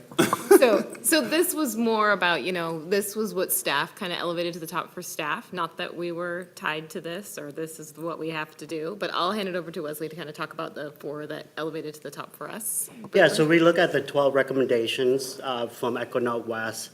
Based on our staff capacity and funding, these are the things that we looked at potentially to put in our 2026 work plan for next year. I think some of them very much align with some of the results that we saw earlier. Yeah, and I think probably worth pointing out is we did try to pick from each of those buckets that we did the Mentimeter from in terms of coming up with this list. So some $1 sign, $2 sign, $3 signs. That one functions better in my brain, so that's why I'm using it to come up with this list. But it was just more of these are some things that elevated to the top for us that seem feasible. I know we have opportunities right around the corner with the foreign trade zone. Really looking at that economic development vision. And, when I say that one, for me, I'm thinking, how do we go sell ourselves when we're out recruiting? We're a growing community, and while a lot of these things are still the same, we're also different. We've got a lot of different housing choices today than maybe we had a long time ago. We have other amenities in this community that maybe didn't exist. And how do we market those to employers, new developers, and so on and so forth? So that, to me, that's one of action 1B, kind of having that conversation about how do we market ourselves as the best place to come build and bring your work and your jobs and your employers to this community. And 2B is also a priority, I think, from the ranking as well, so BRE. So anyways, that really kind of gets us to the end tonight, and if the council is comfortable with the strategy before you all, we will finalize it and come back with a work plan conversation. Does development of an economic development vision also include kind of the work plan? Because Brittany mentioned earlier that they stopped short of providing a work plan because that's something that us as staff need to figure out, like you as staff, with your time and your resources. And I remember a comment that Michael actually made during the Regional Planning Commission meeting, Regional Planning Council meeting on Friday, that it really benefits economic development if you tell business owners, developers, and the community what your plans are. Right? Yep. You're telling them, like, these are the places we're going to invest, these are the places where we're going to reduce barriers, and that helps. So us having that, I feel like, will be a way for us to attract more economic development. And if I can emphasize that point a little bit, some time ago, Mike and I were part of a group that went and visited another place to see how they were doing things. And one of the things we took away from that, we all talked about on the trip back, and I see Michael, where I'm going is, everywhere we went and talked to folks about what they were doing, everybody had the same message. Everybody was, complimentary of each other and the partnerships and creating that network, but everybody had the same message. It got kind of eerie. We thought they had a script. Because in private business, agencies, university, everything, and I think, Michael probably can add to it too, but that was one of the takeaways, and that's where Vanessa's talking about, which I think is very important, is defining and adopting that vision so that we're all in unison and as we go out and engage the local business, because it's powerful when we're all saying the same thing. So, yeah, I think if you sort of take in context what we said here, and I think this is the shorthand. Yeah, I think we're getting close. I do think it'd be nice to do a little bit more of the analysis on what spaces do we have that could be an opportunity for childcare? Like, what's the low-hanging fruit on that? And is there an opportunity for us to convert some of that space over into any sort of childcare, like, soon? That would be a great early win and takeaway. And then the focus, like I said, on the Midtown and the Midtown Association work, I think that's really important. That's going to take some more work and some support from, from this council to see that happen. It's not going to happen overnight, but I think that's a good long-term plan. So, and then you look up, the foreign trade zone and then looking how do we get innovative with expansion of our micro entrepreneurism and food trucks and all that. I think we're headed in the right direction for sure. So I was happy to see this plan after Rick called me like a couple times. You got to read the plan. Take a look at the plan. It's a good plan. Mm-hmm. And so I sat and read the plan. I thought it was really good, and I went through it, kind of fine-tooth comb with it. I saw some really good examples of different cities that are doing some really cool things and piecing things together and making things happen, like Everett with their, having the port and the county come together. Spokane with the rapid response team to help the businesses. And I hope that we get to really implement some of these things. Right now is a really exciting time for the city because, in the last, what has it been, 15 years, the assessed value of the city has gone from $4 billion to over 13. So there's been exponential growth in these last few years, and now we are the largest city in the county, which is great and everything, but we still have some holes to plug. Because money does leak out of the system. If you look at, I think it was page somewhere in the 50s or 60s in the plan, it shows how much money is leaking through the cracks, and then how much some of the other jurisdictions are not leaking in those areas. And in fact, they almost had $1 billion surplus in that area. I think I counted at 916 and some change. And so, I know we've talked about it for over the years, and we've talked about, where the money is leaving, where it's going to different counties for what reasons, right? So automobile, entertainment, these areas that we've talked about, that we are not capitalizing on the dollars, and we're not bringing these types of things to the community for them to spend these dollars with us. I've had this conversation with Michael Cade, I'm not sure how many times. We keep going over it and over it, and we have finally kind of start putting together a recruitment team, and hopefully we get to the final stages of that. And able to get out and get some of those businesses here. One of the questions I had as I was reading through the plan was the same question that Councilmember Vasquez has. What is a high-paying industry? I don't know what that is yet. And so That we worked on, that we can take the next step to Yeah. change, right? Yeah.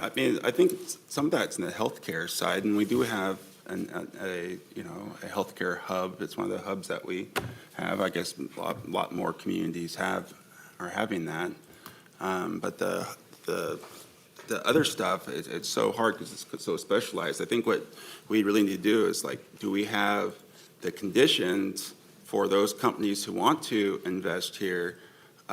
Because, and the other periphery things that they require to be successful, like, the workforce. Well, yeah, we do have St. Martin's and things that we can funnel into that.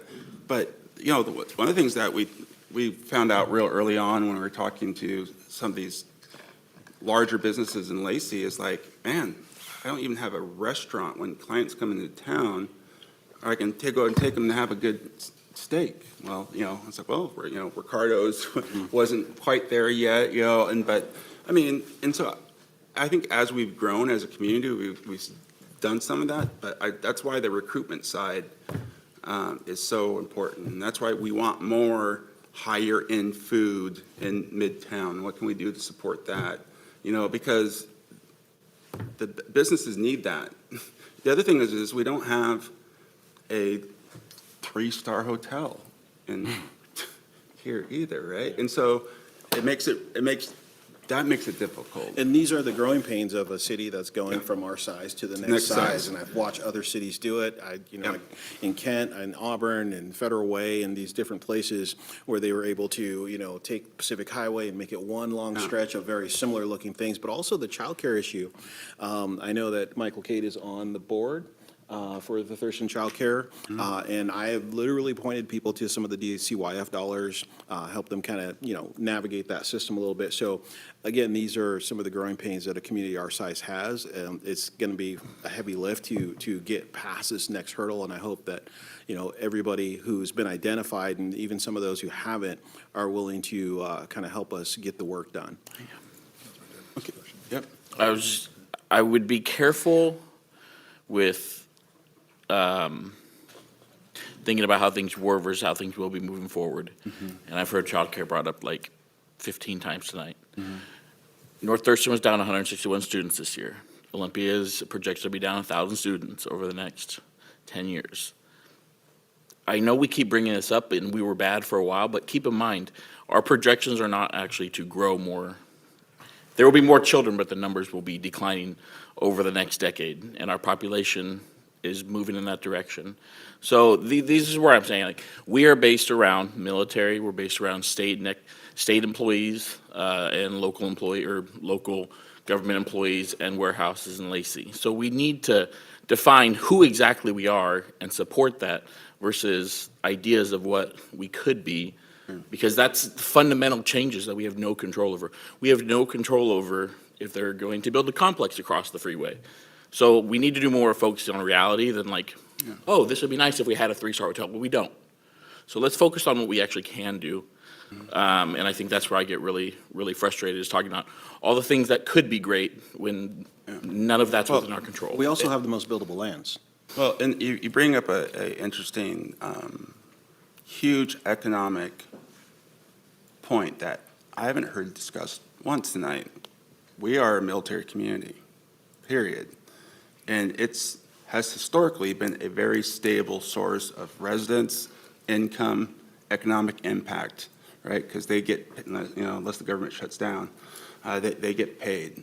And they happen to be more family-oriented, which is why you haven't seen the dramatic increases in Lacey, North Thurston Public Schools like you have in other places. So, I think the fact that we don't even mention as a part of our identity that we're a military community it was a huge oversight right from the top. It's in the plan. Okay. Yeah, I can't reference the page right now, but we identify it as a I just haven't strength. seen it in our quite. It's one of our strengths and Okay. something we should leverage is what's Absolutely. identified in the plan. Yeah, definitely. We're gonna be here all night if we don't. Is there anything? No, Okay. good. Thank you. Great work, everyone. Thank you. Thank you, Eco Northwest. Thank you. Thanks, everyone.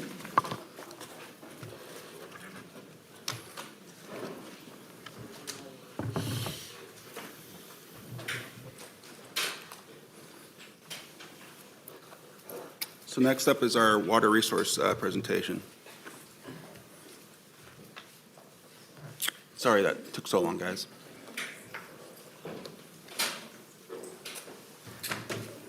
Yep.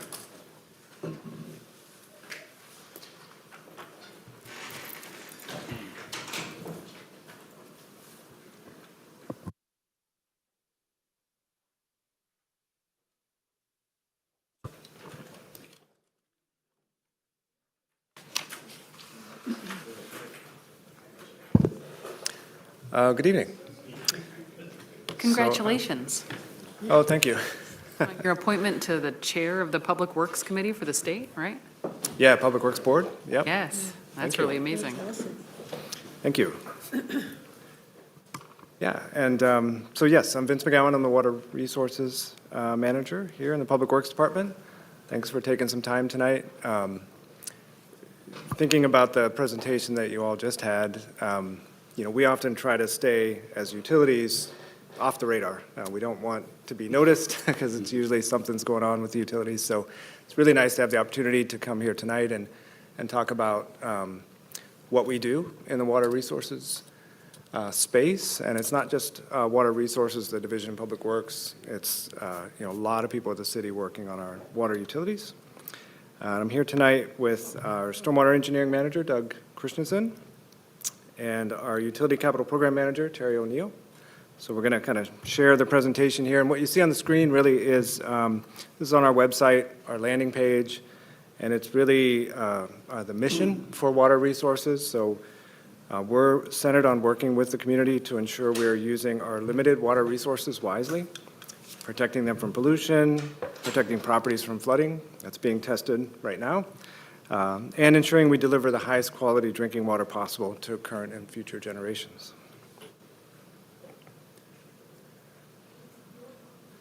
So at a high level, a primary role for the Water Resources Program is to connect the built natural environments. So we're involved in design review as the city's growing to ensure that new development doesn't adversely affect the natural systems that you'll hear about here shortly.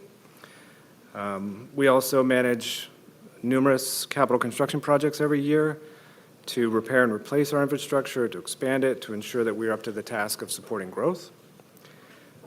And we also pay attention to our established neighborhoods and businesses, and we look for opportunities to improve environmental protections and the utility services where we can. One example of that here on the right side of the screen is the Chambers Lake Regional Stormwater Facility.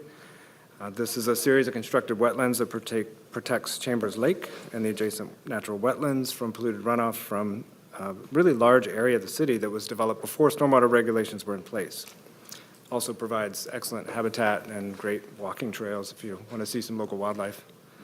If you haven't seen it, it's pretty amazing, especially if you saw the before and the after. It was absolutely amazing. There was so much runoff going right into Chambers Lake.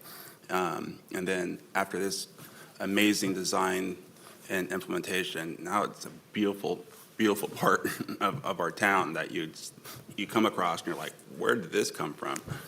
And it serves a great purpose, so. Yeah, that's exactly how I felt when I first encountered it. Yeah. All right, so now I'm going to turn it over to Doug Christensen to talk about our natural systems here in Lacey. Thanks, Vince. So where do we get our water? It starts with the natural hydrologic cycle or water cycle. Precipitation falls from the sky to the ground surface. Some is intercepted by trees and vegetation. Some is absorbed and infiltrates into the soil. And some of it just stays on the surface, feeding our lakes or becomes runoff water. And then evaporation from surfaces and water bodies returns the water to the sky to complete the water cycle. So as you may have noticed, we get abundant rainfall here in the Lacey area. We get about 50 inches per year. And nearly half of that annual total comes during the 3-month period that we're in the middle of right now, November, December, January. And most of it just happened this past week. Yeah. Yeah, just to put that in perspective, for the month of December, our average for the last 30 years is about 7.8 inches of rainfall. So that's about a 1/4 inch per day on average. We got 3 inches yesterday. Yesterday, yeah, And we could get more tonight. crazy. So impervious surfaces that we have in a developed area like this, such as streets and parking lots and roofs, can't absorb the water, so that becomes runoff, what we call stormwater runoff. And excessive rainfall causes excessive runoff, which can cause flooding. So part of what we do in water resources is along with others in public works, I should say, is to work to reduce flooding by controlling that runoff. Next slide. So how is our water used? Water is life. It's essential for all living things. And so, of course, it's a very valuable resource. It provides many beneficial uses.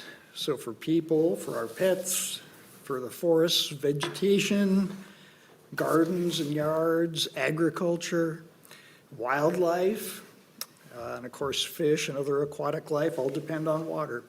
Clean water in particular is essential, but water quality is easily impaired by contaminants picked up in that runoff water. So part of what we do is strive to prevent water pollution and maintain good water quality for beneficial uses and a healthy environment through various programs and projects. Next.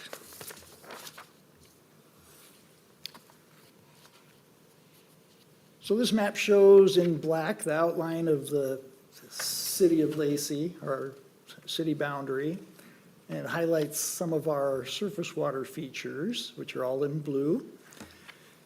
Lacey hosts a multitude of natural water resource features that substantially add to our local quality of life.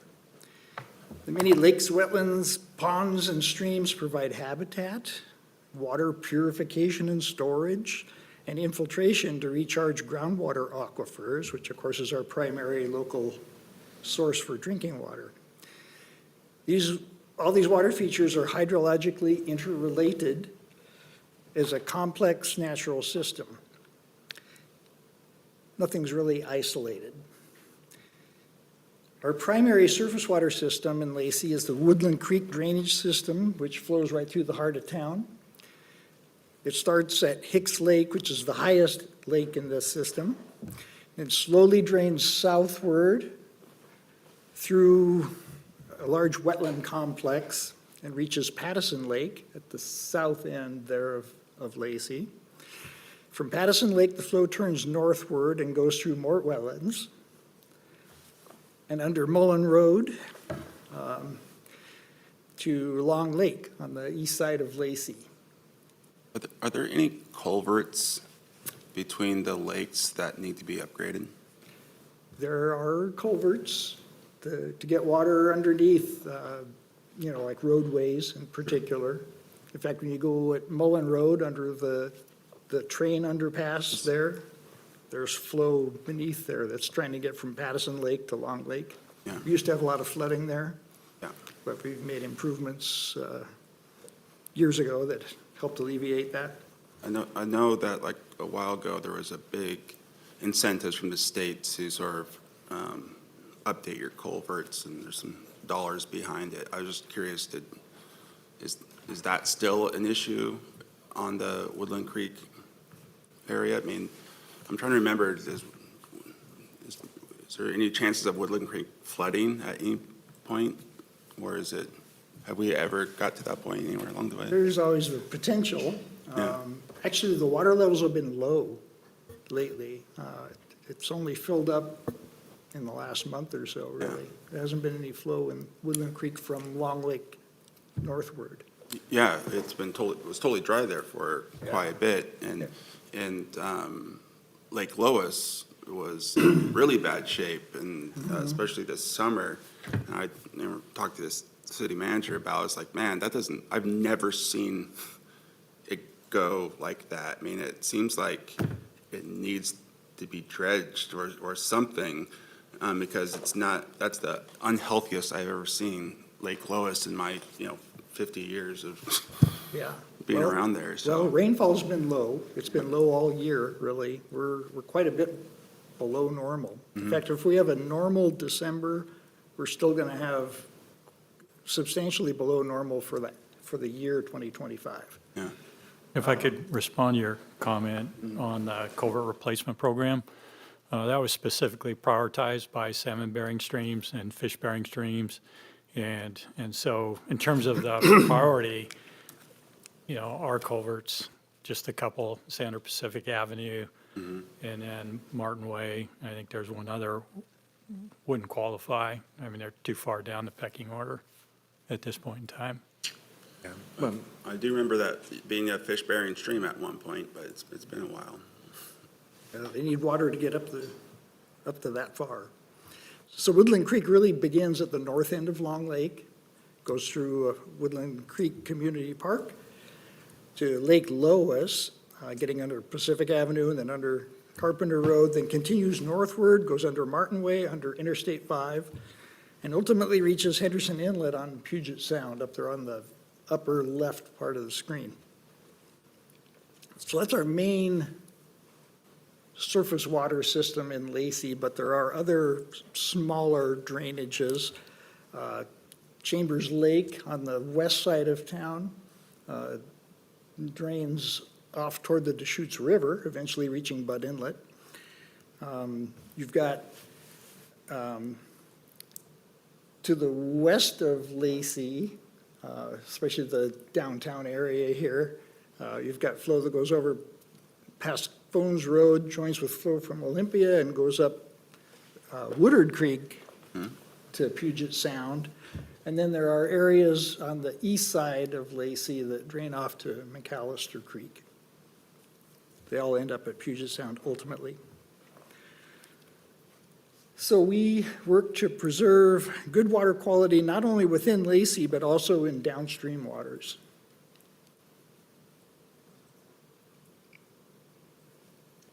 And I think we're going to turn it over to Terry here next. I did want to say that the culvert between Hicks Lake and Pattison Lake is one that is a kind of a high-maintenance culvert for us, so we work on that quite a bit.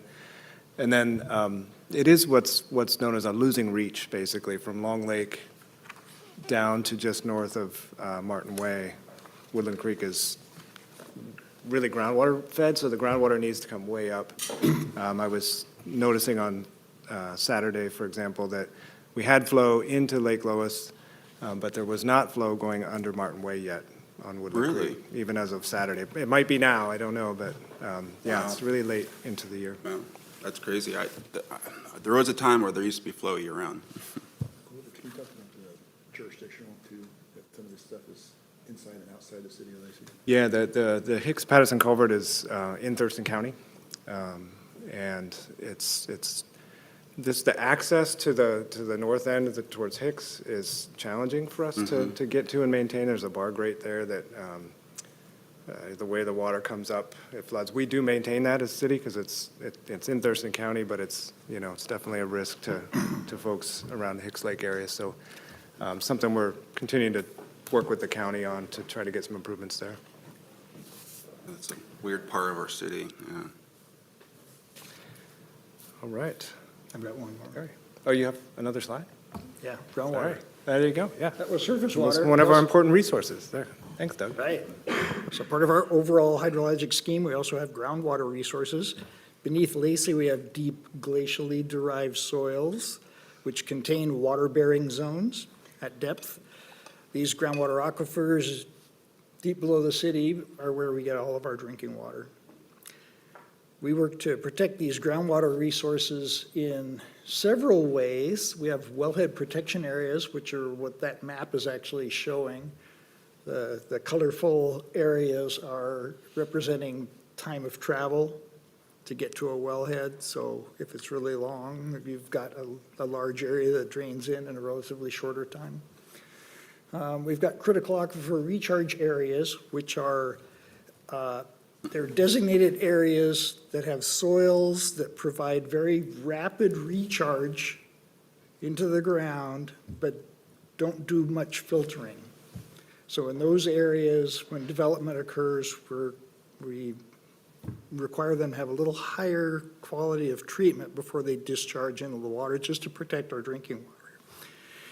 And then we do water quality treatment for discharges and for infiltration, just to remove pollutants prior to it going to either groundwater or surface water. And with that, I'll hand it to Terry. Yeah, we're going to turn over to our engineered systems. That's actually on the top. You can see a picture of the Chambers Lake stormwater facility during construction. Looks quite a bit different now. The vegetation is done really well there. But we are a growing city, so we depend on those natural resources that Doug just talked about, and we've got to engineer our way around using those so that we protect them and can also use them to support the city. So Terry? Okay, so I'm going to talk about another type of water system. So a type of water cycle.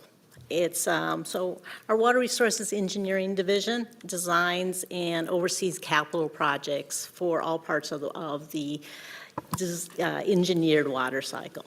We start with well water, which we pump from our aquifers, and the amounts that are available are defined by our water rights.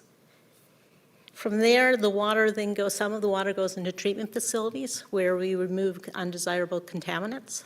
And next, they go into mains, which we replace and install new transmission to ensure that it gets to our customers as needed, along with to our reservoirs.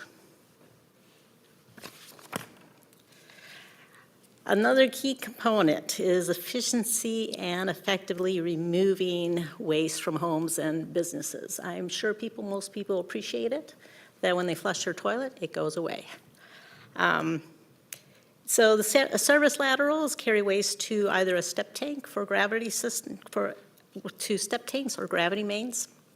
And then, due to our gently rolling land, we have a lot of lift stations which are designed to pump the waste up in a force main to even larger gravity mains. And eventually, this ends up at the lots treatment facilities. So the magic happens at the lots treatment facilities, and we turn this into, in some cases, Class A reclaimed water. One of the uses we have for the reclaimed water is our Woodland Creek groundwater recharge facility, where we recharge the aquifer, and that is actually right at the Woodland Creek. And if you look at the upper photo, this is a cartoon depiction of what's out there underneath the ground. When you go out there, all you see is the grassy field. Well, there's actually those chambers, storm chambers underneath those. And then the other way we have recharging is our engineered systems, our infiltration facilities for stormwater, which are hiding in plain sight. When people see them, they just see a grassy field.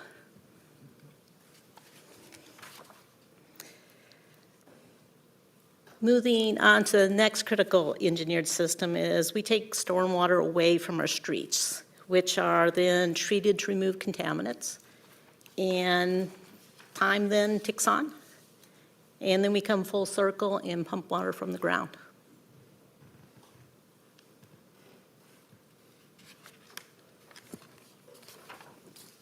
All right, so we just, turn the mic back on.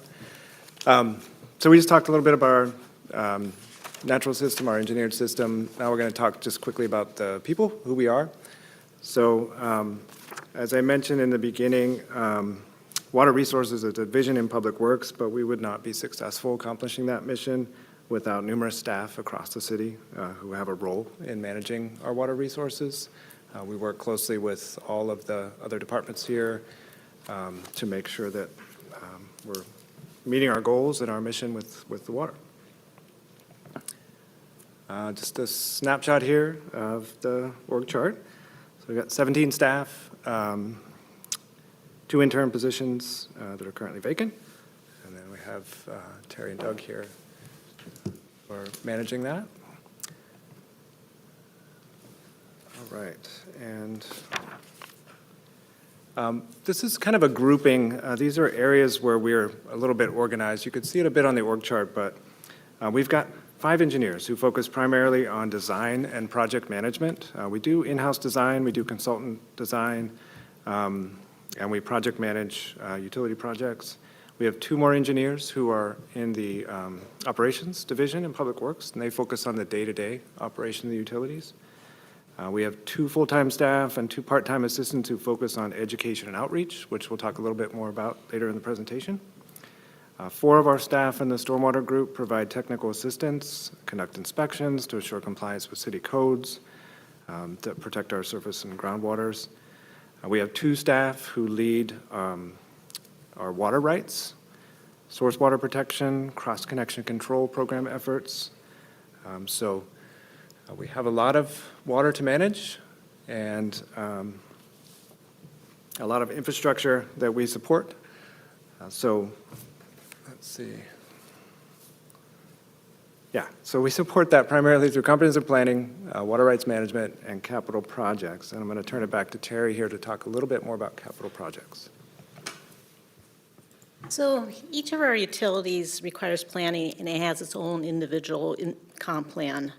The comp plan serves as a guide for each utility to give us a vision for where we want to go with the utility.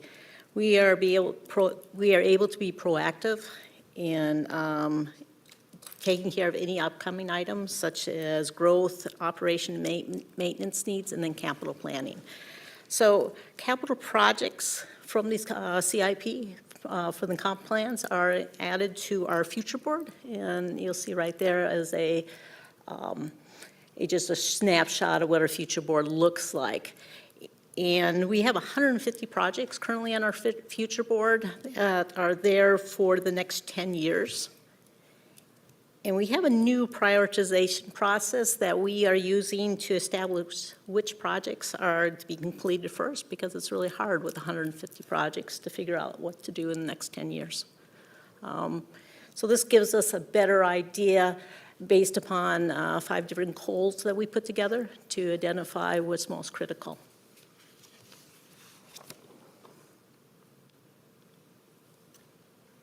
So there was a really nice picture of source 6 here, but I didn't get it in the slideshow early enough.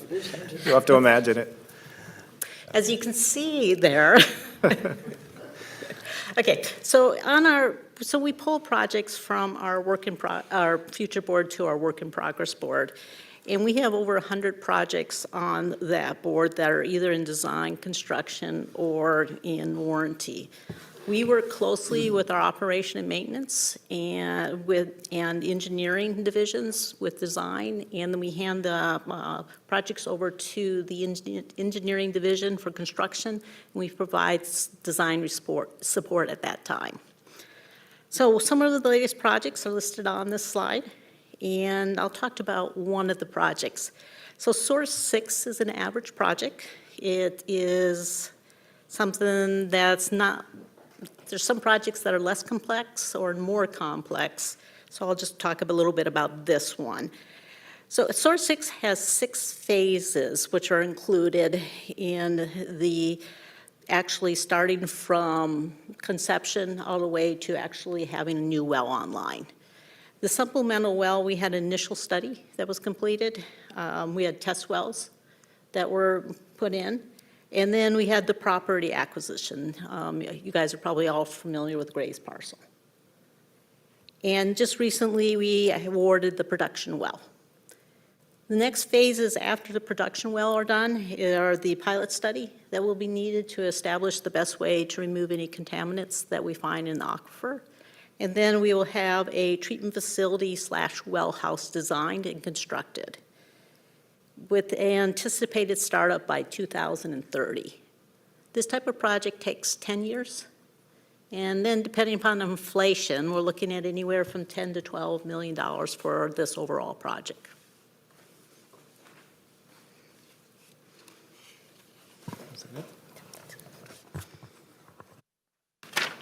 All right. I wanted to talk a little bit about telling our story. So I mentioned being thankful for the opportunity to be here tonight. This is a big part of our program's effort is education outreach. So we want the residents here to understand and appreciate the water resources that we all rely on. So we're involved in a lot of efforts in our education outreach program, regional efforts like Stream Team, the Regional Environmental Education Partnership, or REAP. I usually don't like to leave the acronyms on the slide. And we have a booth at many Lacey events. We try to participate whenever we can in those events. Another component of education is outreach. So education and outreach are both critical, supporting the understanding and adoption of best practices that protect and preserve our water resources. So we talked about some of that we do, but we also need to rely on our residents and their best practices. So we focus our outreach efforts on things like engaging volunteers on stormwater projects. We have an award-winning effort, like our Source Water Protection Week campaign, which I won an award there, you can see, this year. And we also use the annual Water Quality Consumer Confidence Report, which is a regulatory requirement. We use that as a way to educate the public on our drinking water quality. And then lastly, I just wanted to show some of the things that will be coming to council in 2026. Quite a bit on stormwater. These are mostly associated with regulatory updates, so comprehensive plan, rate study, stormwater design manual updates and associated code updates. Also some capital projects there, a lift station, Hawks Prairie Reservoir rehabilitation, which includes coatings and also some seismic retrofit work. We have a federal grant associated with that we'll be using for funding on a big portion of that project. And also a deep test well. This is in the Hawks Prairie area where we are actually, and I think it was a couple months ago we were here for the bid award for starting that project, where we're basically tapping into an aquifer that does not have a lot of wells in it. It's very deep. It's called the TQU aquifer, and so we'll learn a lot from that project. We're, 700 feet down. oh, we don't know yet, right? Terry, do you want to? So basically, right now, our deepest wells are at 700 feet. For this TQ deep aquifer, we're going even deeper, it's about 1,000 feet. Oh, geez. Mainly because we need to obtain water for the city, and we found out there's not as much water as we thought within the deeper zones. And so we're going over 1,000 feet. And where's this located? This is actually right at the Hawks Prairie Treatment Facility site. So where the treatment facility is, the reservoir and the booster pump station. So it's going to be a combination test well / production well, because we're going to need to replace the existing Hawks Prairie Well 1, source 19. And how far deep is that? That one's, the source 19 is 650. And you're gonna have to go down to 1,000? Yeah, we're going below 1,000. I can't remember the exact numbers, but it's more than 1,000 feet down. Yeah, it seems really expensive to get water that deep. Yeah. So one of the things we found is when you do testing for wells, we test over a 24-hour period, and there goes a defined area of the amount of water that is available. But we found with these aquifers, there's not many wells even in that depth. Yeah. And so after we drilled them and started pumping them, and we found after 6 months of pumping that we were, Running out of water. not as much water was available as we thought. Yeah, So we'll just go deeper and see what we can find. geez. We do have, so there are 2 wells. There's a Weyerhaeuser well over up by, I think it's by Woodard Bay, and there's one in DuPont that went into this aquifer. So when you think about that, we're kind of in the middle. Yeah. So we have some sense that we'll find water there, but there's a lot of variables. That well, when do we start drilling on that? That's a big aquifer. Yes, the Marvin and Meridian wells, which just were awarded, are going to be started one in December, and I think the other one's going to be in March. The TQU one that we're looking at, we just started design and anticipate bidding that in summer, fall of next year.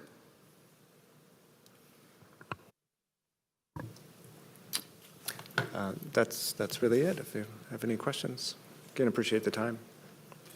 Thank you. Yeah, thank you. Congratulations. Yes, thank you. I think the work that you guys do on our water system is great. I've got a lot of compliments from the public about what you guys do and how great the water tastes, right? It's really great drinking water. A scientist at a company in Hawks Prairie told me they produce a product and their product requires water. And they said the water here is so clean that they had to change their formula. So you guys are probably the best of the best in this jurisdiction, so thank you. And I appreciate your outreach efforts. Like I went to the Christmas tree lighting or the holiday lighting ceremony, and you had a booth there, and even though it was sort of dark and not super warm outside, like my kid and I looked at the different resources, and one of the staff from the water quality team was talking about, like, here's a timer, and it's not just for looks, it's also like, consider timing your shower. And she was like, well, I take 45-minute showers. I said, maybe challenge yourself to take a 5-minute shower, kid, here's the timer. So the education really works, I think, especially with younger folks that might take water resources for granted. Who has a hot water tank that would accommodate a 45-minute shower? Instant hot. Right? No, you just don't make any plans for using any warm water after she's done. Thank you. I started my career in stormwater, and education outreach is a big part of that, just getting people to understand that it's important, what ends up in the water. And really here, I really like we have our water conservation and our stormwater outreach, really tightly coordinated. So oftentimes at those booths, you can get education on the natural systems and, the critters and the salmon, but also water conservation, because we do have abundant rainfall here, but the water that we're able to pull out of the ground, extract and use, and what we have rights for is pretty limited. So we really have to stay on top of the water supply. For a while in the early 2000s, you were able to come to City Hall and get a water conservation kit. You still can. Is that Still still, can. we still do that? We do rebates for high-efficiency washers and things like that, yep. Okay. Well, thank you. Thank you.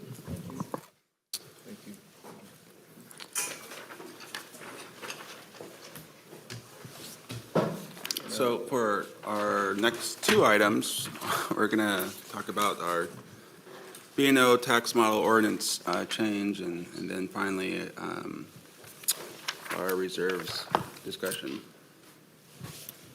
Yes, so we have Troy and Chelsea coming to the table to kind of talk through both topics. So we'll start with the B&O tax model ordinance revisions and then roll into reserve designation, so. All right, good evening. My name is Chelsea Knight, and I'm currently serving as the Acting Financial Services Manager. Tonight, we're going to be discussing updates to the B&O tax model, as Rick mentioned. So we're going to, touchy. We're going to start with the core foundations of the ordinance. So in 2003, legislation, that session created the need for a business and occupation, so B&O tax model ordinance. The intent was to create consistency across the 54 cities that imposed a B&O tax for the benefit of the business community. Every city that imposes a B&O tax must adopt and follow this model ordinance, otherwise they cannot impose the tax. This includes any substantial changes to the model ordinance, which is why we're here tonight, because there is a change. So updates have occurred in 2007, 12, 19, 23, and now again for changes that are going to take effect January 1 of 26. So the basics around this is that the taxation is shifting from service to retail sales for certain businesses. The 2025 legislative session included Senate Bill 5814, which changed the state's definition of retail sales and includes additional services. As I mentioned, this is effective January 1. Also, a work group was created to draft straightforward updates to the model ordinance to incorporate the state's changes. And that work group included city finance directors, tax managers, as well as Association of Washington Cities, so AWC staff.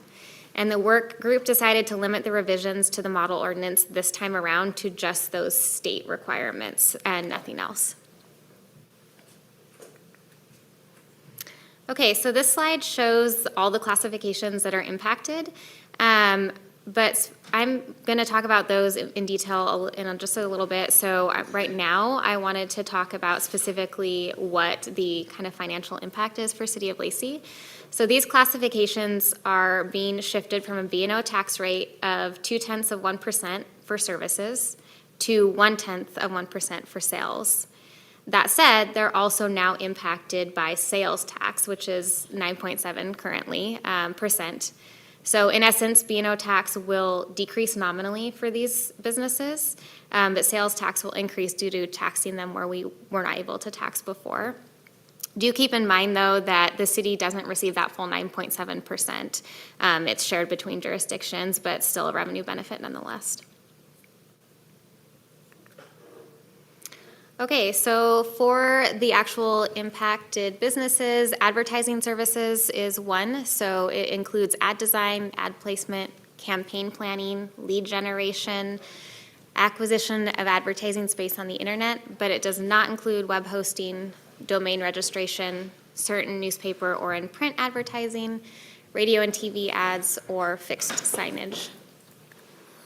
Next is live presentations. So those are in-person or internet-based workshops, webinars, courses in real-time interaction, but it does not include things like classes that schools teach, performances, sports events, or tutoring. Information technology services. So again, what's included is help desk services, network support, training, IT consulting, data processing, data entry, but not web hosting, domain registration, or payment processing? I had a question. Yes. On the last slide, it showed webinars. Oh, the very Yeah, last slide. previous. Okay, yes. And so, does that include for nonprofits? If they're doing a class for somebody and you have to register for the class, kind of a vibe? And schools, if you, I'm kind of wondering where that ends for live presentations. So the schools, no, that's not included. But as far as nonprofits, I don't know the answer, I will say, but I would think that it's included, but I can find out for you if you'd like, so, yeah.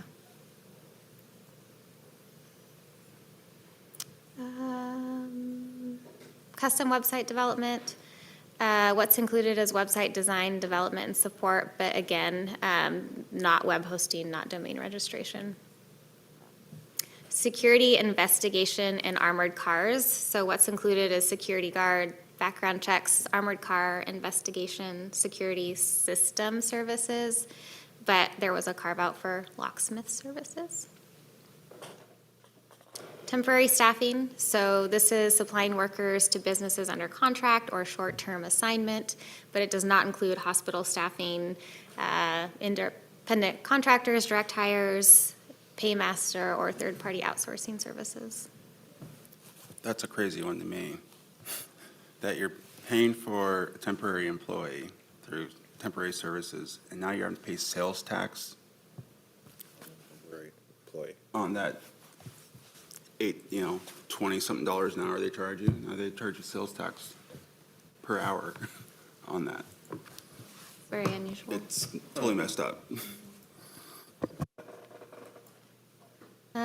Next is custom software and customization. So this is software that was specifically customized, either whether it was pre-written or built for somebody, but it does not include unmodified off-the-shelf software. So would that include the B&O software that we?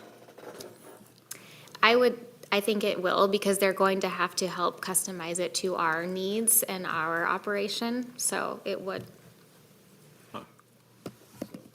So, yeah, the design, development, all that we need to make it ours, that they'll charge sales tax on it. Portion, or Yeah, just? but once it's up and going, then the hosting side of it.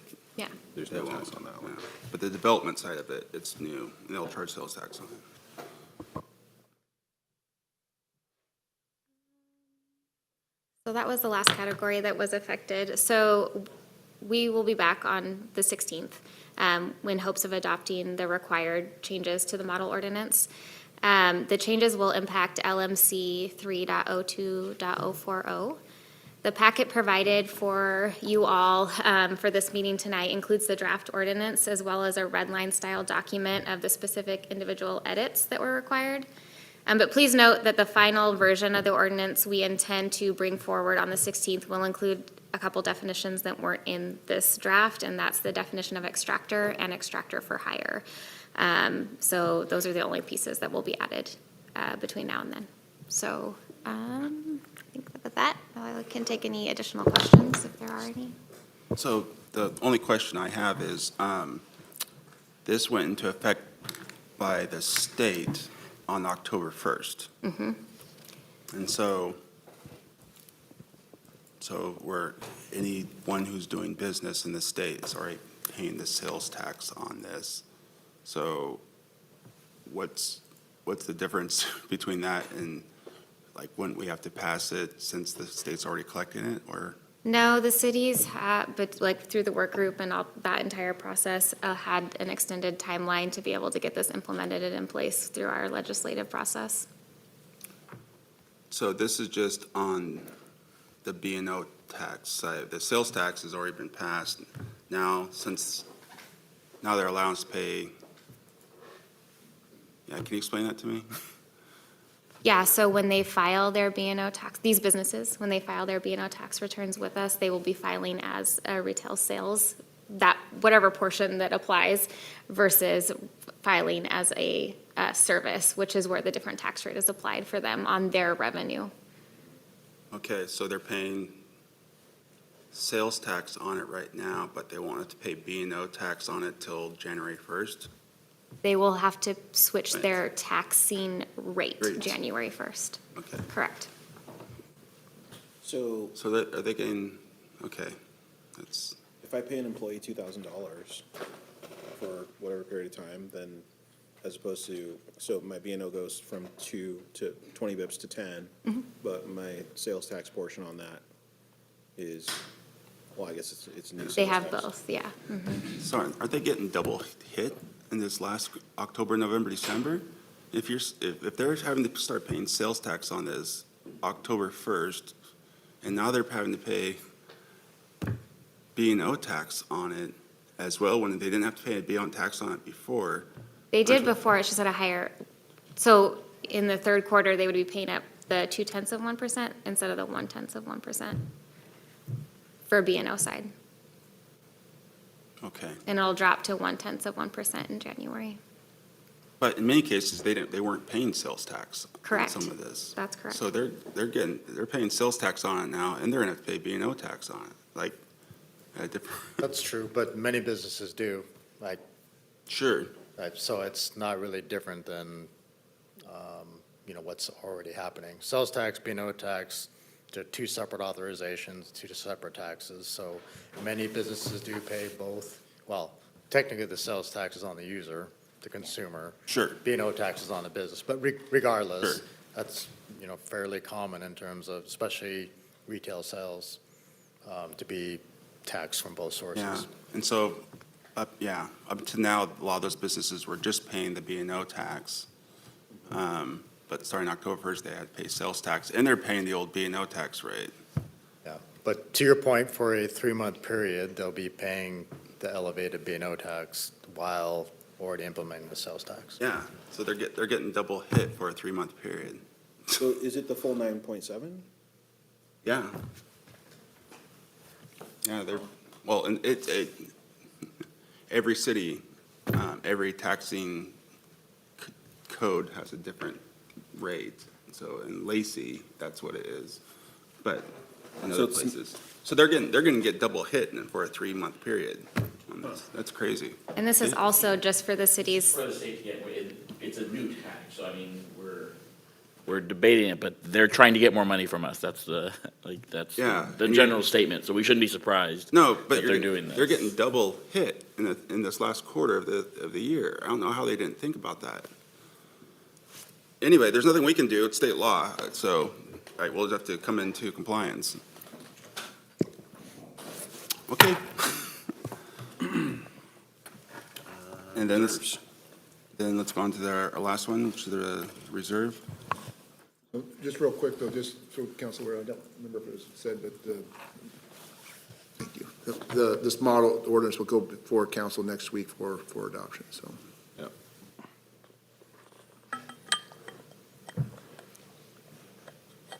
Okay, thank you again.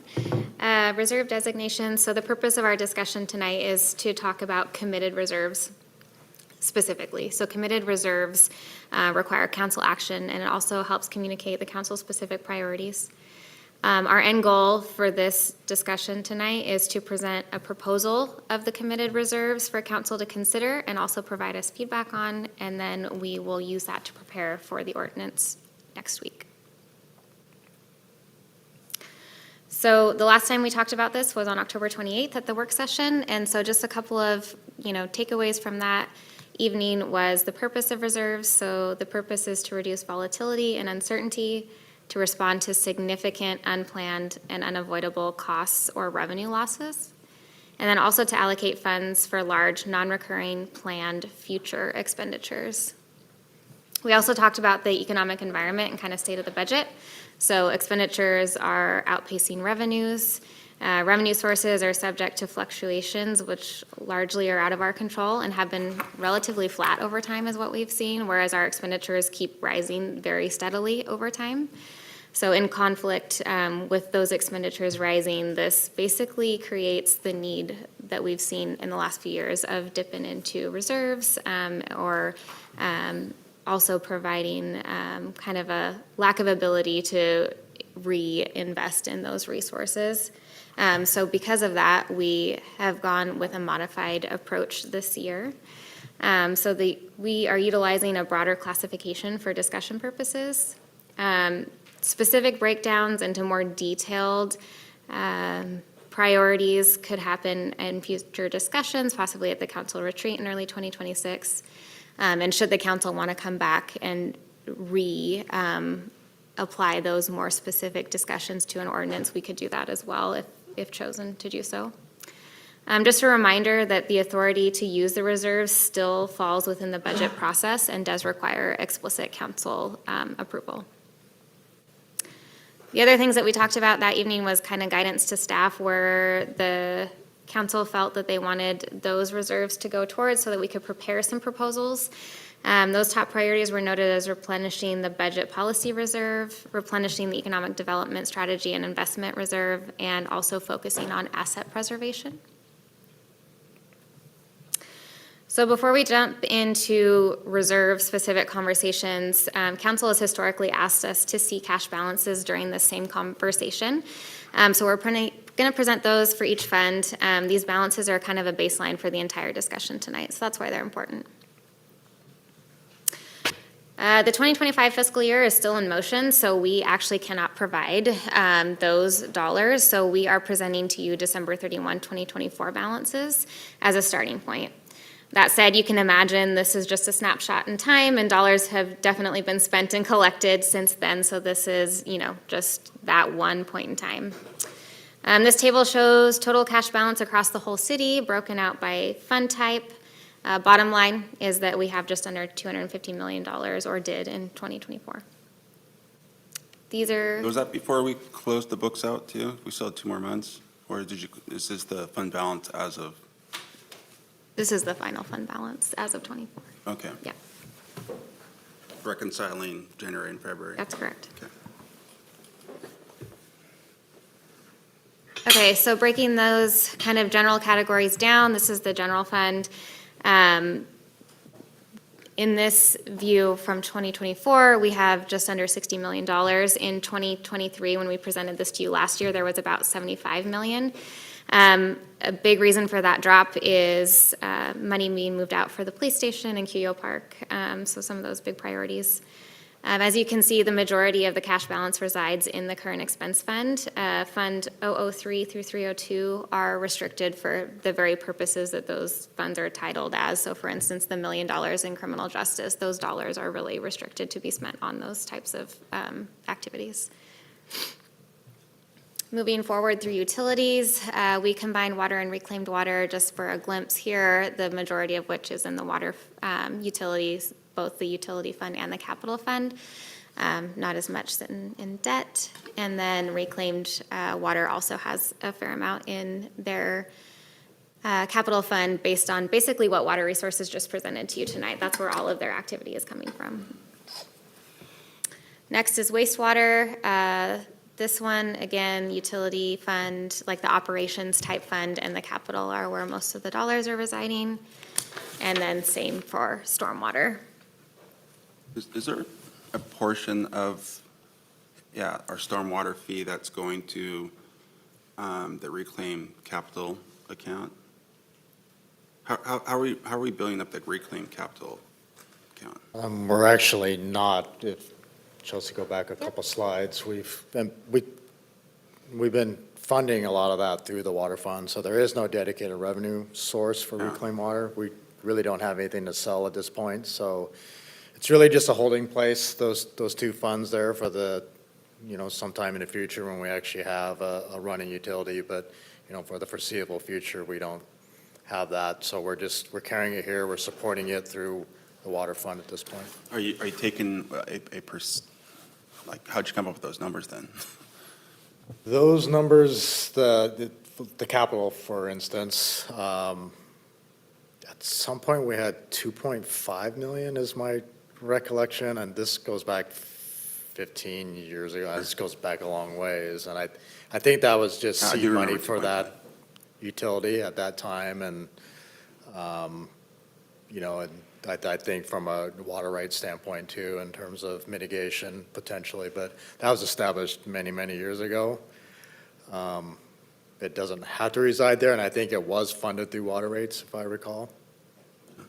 Well, I mean, that's a significant amount of dollars that I don't think we're ever going to have a reclaim utility, at least not in our lifetimes, where, you know, anytime soon, every bit of that reclaimed water is going back in the ground for water rights mitigation. So it should be something to maybe look If- at. If I may, so we're not done with water rights mitigation related to infiltration of reclaimed groundwater.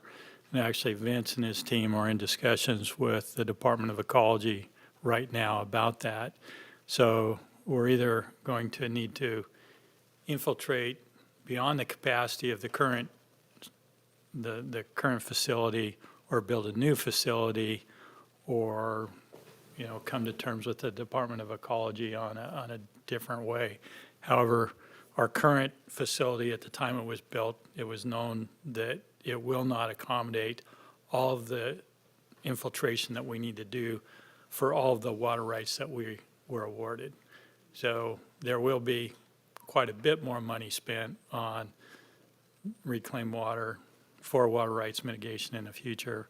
And then just another side note, going way back, in order to utilize reclaimed water to put it to other beneficial uses is going to require considerable capital investment in terms of booster stations, reservoirs, and other infrastructure, which that could be a while. But sooner than that will be the need to spend money on How do we infiltrate more water? more infiltration, yeah.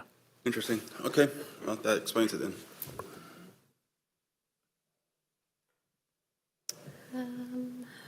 Okay, next up is special revenue funds.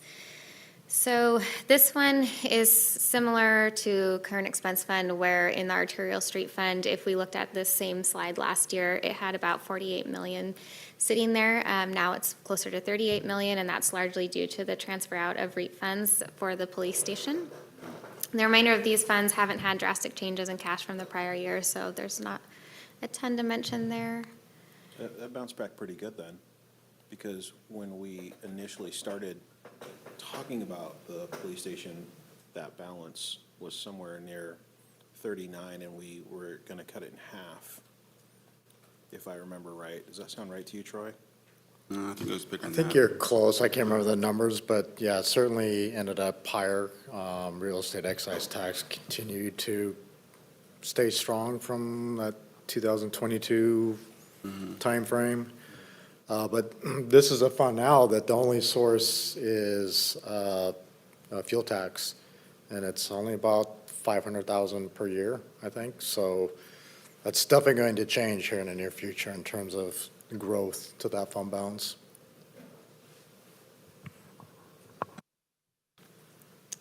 Okay, capital project fund, cash. The majority of this balance is in the building improvement fund, which is largely, again, for the police station. So the money all moved from those other funds to the building improvement fund for the police station. And then you'll also notice that Fund 304 shows $0, and that's simply because it's a new fund for 2025, so we didn't have anything to report at the end of '24. The debt fund, so kind of what's of note on this slide is the LID fund. It has a healthy cash balance. This is of particular note as these funds can go towards any government purpose. So one use for these funds will be financing the ULID 25 assessment that was passed recently as an interfund loan. So the assessment balance of $291,970 is not considered marketable on the open market, and so we will be using this cash as an interfund loan for that purpose. Do we have to push all that at once?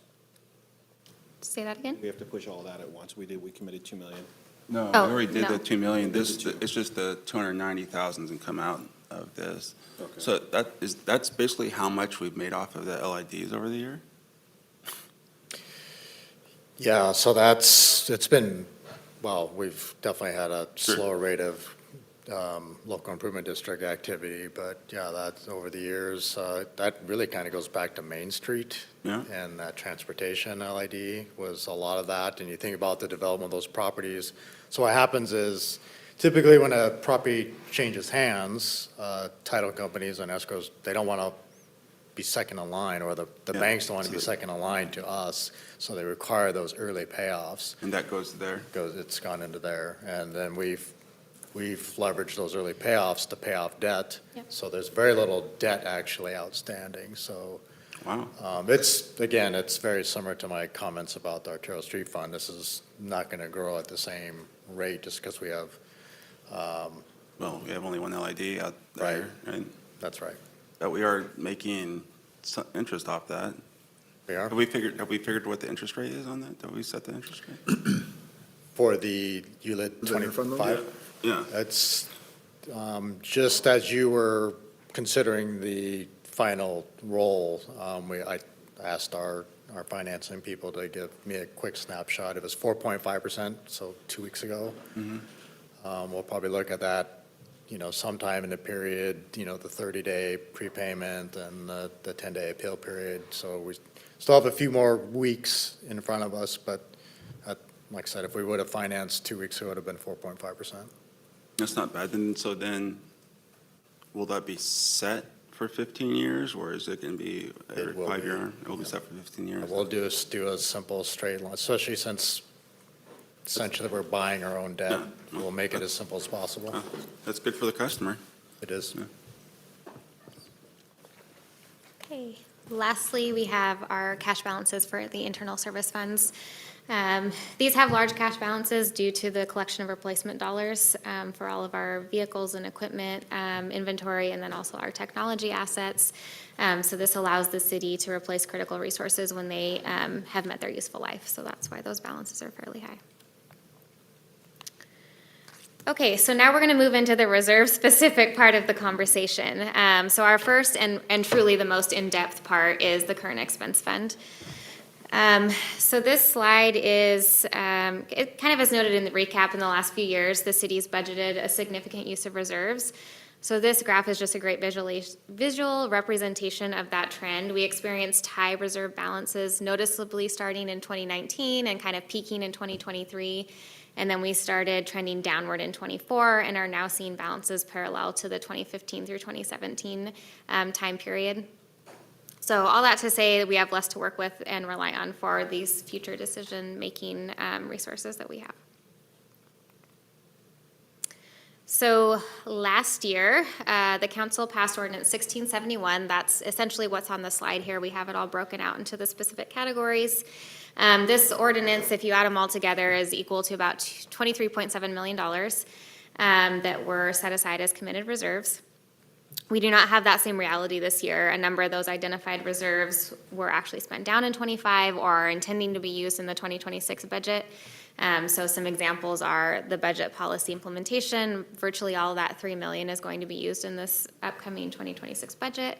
And things that have actually been spent are the rapid response team, all the public safety reserves that you see up there, the Keogh Park capital equipment replacement. And then we've also transferred money now for the College and 7th Avenue roundabout design as well. So, or right-of-way acquisition, I don't remember which.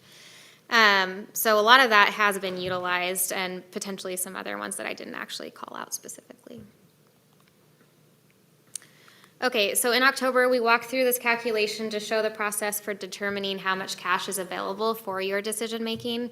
And as mentioned previously, the 2025 cash isn't something that we have yet because it's not finished. So we start with 2024. That's kind of the red circle call out there, just showing that it's truly the 24 amount that we start with in 2025 because that's our only known figure. So we use that cash figure and we remove any restricted reserves. So those restricted reserves are predetermined by legal or regulatory requirements, grant or contract conditions, donor stipulations, or potentially other externally imposed restrictions. Therefore, there's no council action required for these. They're already predetermined. So about 3.3 million is identified as restricted reserves, so we pull those off the conversation. After removing restricted reserves, we also reduce the cash balance by policy-driven reserves. So those are things like the 2-month operating reserve and the budget amendment contingency. And then finally, we also remove dollars that are expected to be spent in beginning cash in the 2025 amended budget that we're currently operating under. So over 27.5 is identified as needing to be held aside for those operational purposes, so those are also removed from consideration, leaving the council with $16.3 million in available cash. Not all that 16.3 million is going to be discussed tonight, though. Some of that, like we've been talking about, has already been kind of designated for the 2026 budget through that budget process. So you can see that 4.8 million has already been decided through the 2026 budget of how it's going to be utilized and essentially committed. So this leaves the council with just over 11.4 million in available cash for tonight's actual discussion on how you would like to see that set aside in reserves. I have a side note question.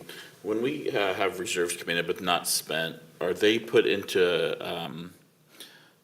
like a high interest bearing account and just kind of, held there? Or how does that work? And then I'm assuming that interest bearing, if it does, would just go back into like general fund? Is that kind of the process? And what type of, if we are holding those there, do we put them in a higher, like a money market account or something where it's going to be a higher interest rate, but then it takes a little bit of time to, the logistics, I'm just trying to figure out in my head. Yeah, I mean, you pretty much nailed it. Other than the high interest account, we actually have a investment advisor.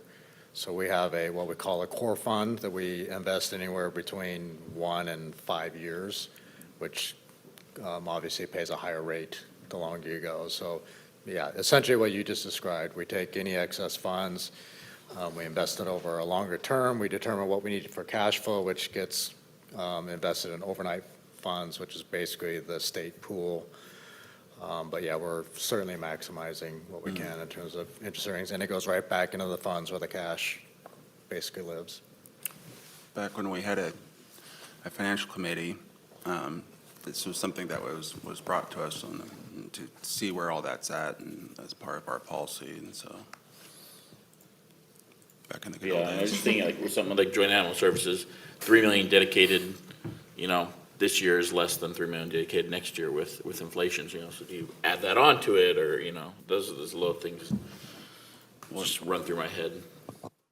I do have a quick question on the restricted reserves. There's a line item that says building permit revenue surplus.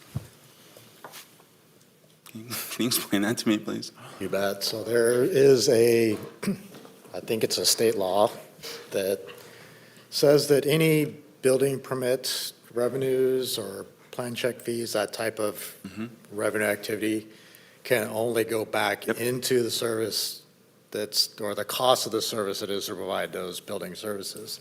100%. So this is the difference over many, many years. It fluctuates over time. Some years we have more revenues than labor is the primary driver for that. So this is the cumulative change or the excess revenues over time. So we have to put this money back into that same function. So a recent use of that funds was the track-it system. So we took that out of there. One of the thoughts we have is, City Hall is one of the projects, or this first floor area is one of the projects identified in the capital facilities plan. So any improvements that might be made to the counter area there will come from this fund as well. But any sort of investments that, we see that might go back into providing, development services could come out of this fund. Can you use that revenue as any sort of incentives within the permit fee schedule for?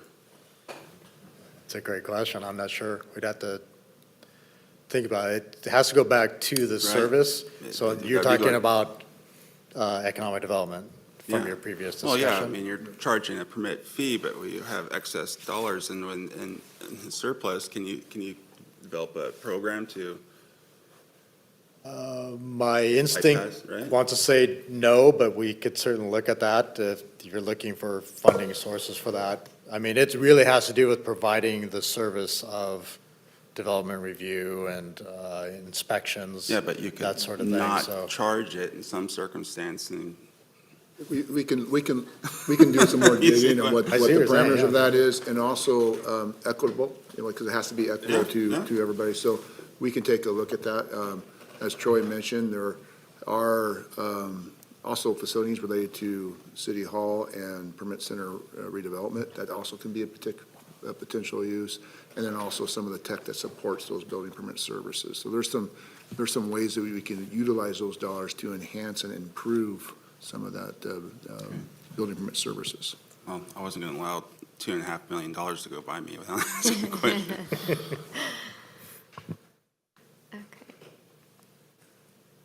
All right, so using the cash balance as calculated and taking into consideration the priorities council talked about on the 28th of October, staff have created a proposal of where the $11.4-ish million could reside within the broad discussion categories. So this shows replenishing the budget policy reserve at the $3 million, because that was a very strong priority that we heard from the council that night. Council also recognized the critical need to preserve city's existing assets, so we're proposing $2 million go to the capital maintenance and asset preservation reserve. Also a high priority for council was the economic development strategy and investment reserve, so this would be replenished for what we intend to use up to the 2.5 that it kind of has been trending at. From there, the bulk of the remaining available funds are proposed to be committed for the capital facility plan priorities. And then smaller amounts are also proposed for reserves such as innovation, human and social services, catastrophic event, and sustainability reserves.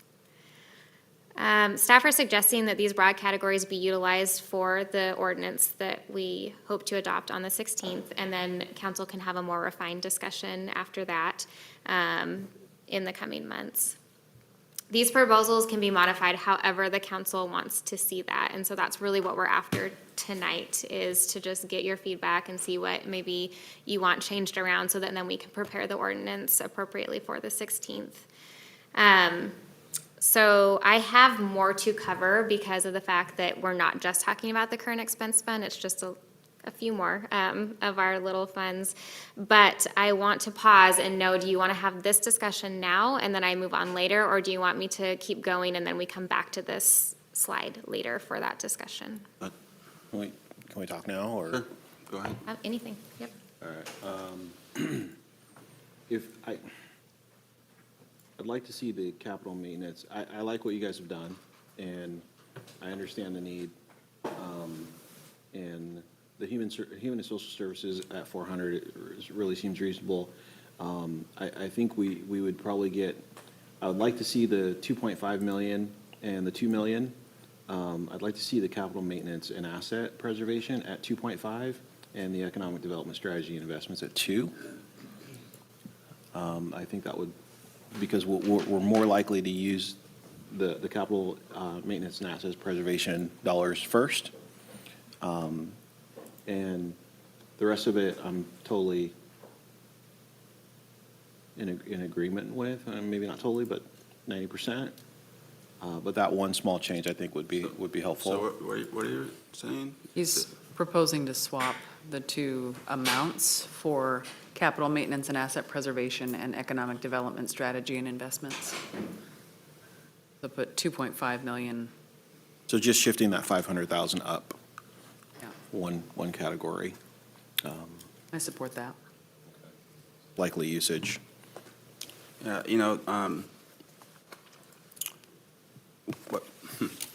what's difficult here is, like, we don't know what the end of the year balance is going to be.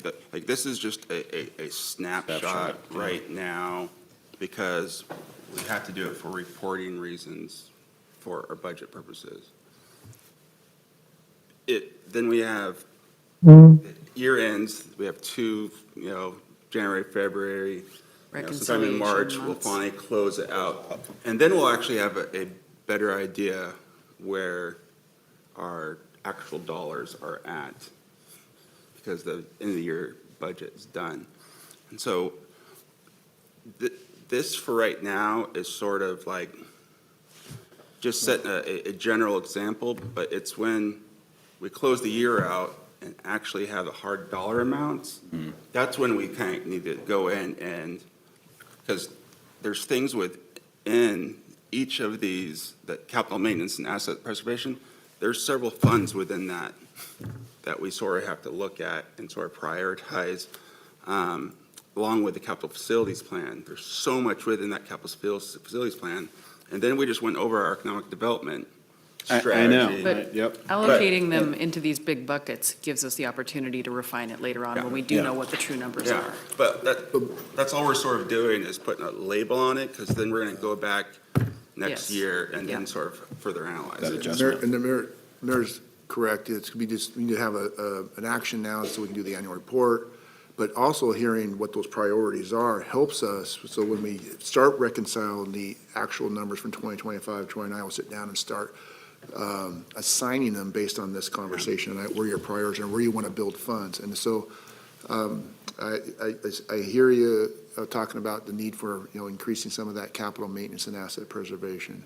Also, I would throw out there's the catastrophic event type of elements too, emergency management. Those are type of things that we need to build those funds. So we can hear this conversation tonight, so as we go forward into the spring, we can start looking at those action ones and where to make recommendations for council at I that think point. what we've always said is our top three are making sure our budget policy, that rolls over every year, and we have to roll that over every year because. And we're going to revisit this at the end of Q1. Yep. Like we usually And do. then our, after that, it's our capital facilities plan, our capital maintenance asset plan, and then our economic development, right? And so those are our priorities. Then after that, the innovation, the only other is the human and social services. That is dollars. We know what that dollar amount is, because that's CDB dollars and our human health, no? But that's, No, that's Is not. this is on accounted top for of here. that? In a It's on different top, place. yes. So this is additional dollars to those dollars. Yeah, and that human and social services line item, just historically, that's been for the rapid response team. That is one of the operational programs we have that is funded from reserve. So that's So a that's little bit more yeah. background on that one. So that continues that program going forward. Okay. Versus coming out of annual costs. and the Well- rapid response team is out of the police budget, right? No. No, It's No, not, that's- okay. What, Mobile outreach team came out of the Prop 1 dollar. We shifted mobile outreach team cost into the Prop 1 dollar. Well, I knew we were using Prop $1 for it, but I thought it was part of the The rapid, budget for the. the rapid response team is actually operate out of Public Works Operations, but we're Okay. using reserves to continue the funding. then I would recommend that we call it that. Right? What's if that's what that is going for, then let's, Oops, sorry. Yeah, I think that's behind the details, that just, similar to your comments earlier about these are the broad categories. Yeah. So, yeah, in the further refinement, that's exactly what we call it as rapid response team. I mean, That kind of goes on to the point, to me, there's just some numbers on a screen. It really means nothing to me. So unless I have some examples of what each of these are for, I'm trusting in you guys, Yeah. which you've always done a great job, but would I like to have a little more info on what each of them means? But, again, for now, we just need some but numbers. the thing is we will, in the. Yeah, that's what I'm saying, Q1, like, this is- Well, then yeah. we'll take these dollars, we're saying, here's our top priorities, let's try to fund these as much as possible Yeah. with when the reserves coming over. And then we'll do a deeper dive, at these others. That's why I think all the lower numbers, you can roll that into almost a single category, right? And then we can go back and sort of parse it out once we close our books. Does that make it? I like this because what they're asking for really is just direction from us. And I think that even those smaller categories are appropriate places to try to build up a little bit more. But we're saying it's hard to give direction if there's no specifics on what that actually is. Yeah, sorry. I I mean, can imagine some of the things that are. You could imagine it, but doesn't mean it's true. yeah. Well, if there's a catastrophic event, like I said, 150 could be something, it could be nothing. I mean, it's just like, right, we'll have to do a budget amendment and do it. I think that where the conversations that we need to have, especially in some of these smaller funds, are those funds that we want to try to grow over time. And if they are funds we want to try to grow over time, then we have to give, at some point, like, how do we grow it? Do we grow them only if we can fully do the other funds and then, add on year over year to grow those funds? But we'll have a better idea, like, when we close out this year's books, because next year's we're assuming next year is gonna be very similar to this year in terms of budget-wise, so I think we'll kind of have a better idea of what that sort of looks like, and then we can say, okay, how do we grow some of those, the innovation fund, the, sustainability fund over time? But it's tough to figure out how we're gonna do that until we actually see some actuals, And Deputy Mayor, to your comment about the asset preservation, there's also some other funds that we're going to go over a little bit after this. So this is just the current expense fund. So things like community building fund, we are also proposing to put towards like an asset preservation. So this is kind of one glimpse, and there is more as I go through the presentation too, if that, gives you some comfort in that area. So, Yeah, let's go. yeah. So that was kind of a proposal to swap the buckets around. Are we thinking no now, or leaving it the way it is? Still thinking or- yes. Okay. And when we get to the point where we implement some of this plan, and we get past our 1 year, maybe, and we revisit this, and maybe that number will switch back. But I think in the meantime, we're more likely to use dollars in capital maintenance and asset preservation than we are in this new plan. At least, I don't think we're going to use $2.5 million worth in terms of our reserve capacity for it. I mean, I have no problem either way. I think, like I said, we'll have a better idea of what will be left over after we close our books. Yeah. Okay, so we can make that adjustment for the ordinance that we bring forward next Any week. other councilors want to weigh in on that? However we want to do it, fine with me. Okay. That's fine. Great. So in terms of the actual ordinance that we will be bringing forward next week, the gray box is what we just spoke about. It'll be adjusted accordingly to what the discussion just was. But please also note that those 2026 budget items that we intend to use in the 2026 budget are also going to be committed. And so the total ordinance on the right-hand side is what you will see. Those total dollar values will be in the actual ordinance itself. So you're just going to be moving some of the 3.157, you're taking $500,000 off of that and putting it over to the asset preservation? Yes, correct. Sure. Okay, Still thank time. you. Okay, so other governmental funds, as I just mentioned, we'll talk about community building funds and some of those. So this is where we're headed next, and basically I'll do it at a much smaller scale than what we just did with current expense fund, because you've seen kind of how the calculation flows, and we basically just did the same thing for all the rest of the funds. So the screenshot that you can see on the slide, although it looks kind of small, sorry, is basically everything we just walked through for current expense fund. So I'm just really talking about the staff proposal. I'm not going to spend a lot of time in the actual calculation. So with the community building fund, the staff proposal is to put $400,000 kind of available cash towards the maintenance and asset preservation, and knowing that in the 2026 budget, we also are intending to use $183,777. So between the two, again, on the ordinance, you would see $583,777, and all of that would be going into that capital maintenance and asset preservation bucket, because that's typically how funds are being used within the community building fund. So unless there's a proposal kind of thinking about the other categories that we've presented that you would like to see different than that, that's how we will draft the ordinance. And I'll just keep going through these. If anybody wants to stop me and propose a different suggestion, go for it. But for now, I'll just keep going.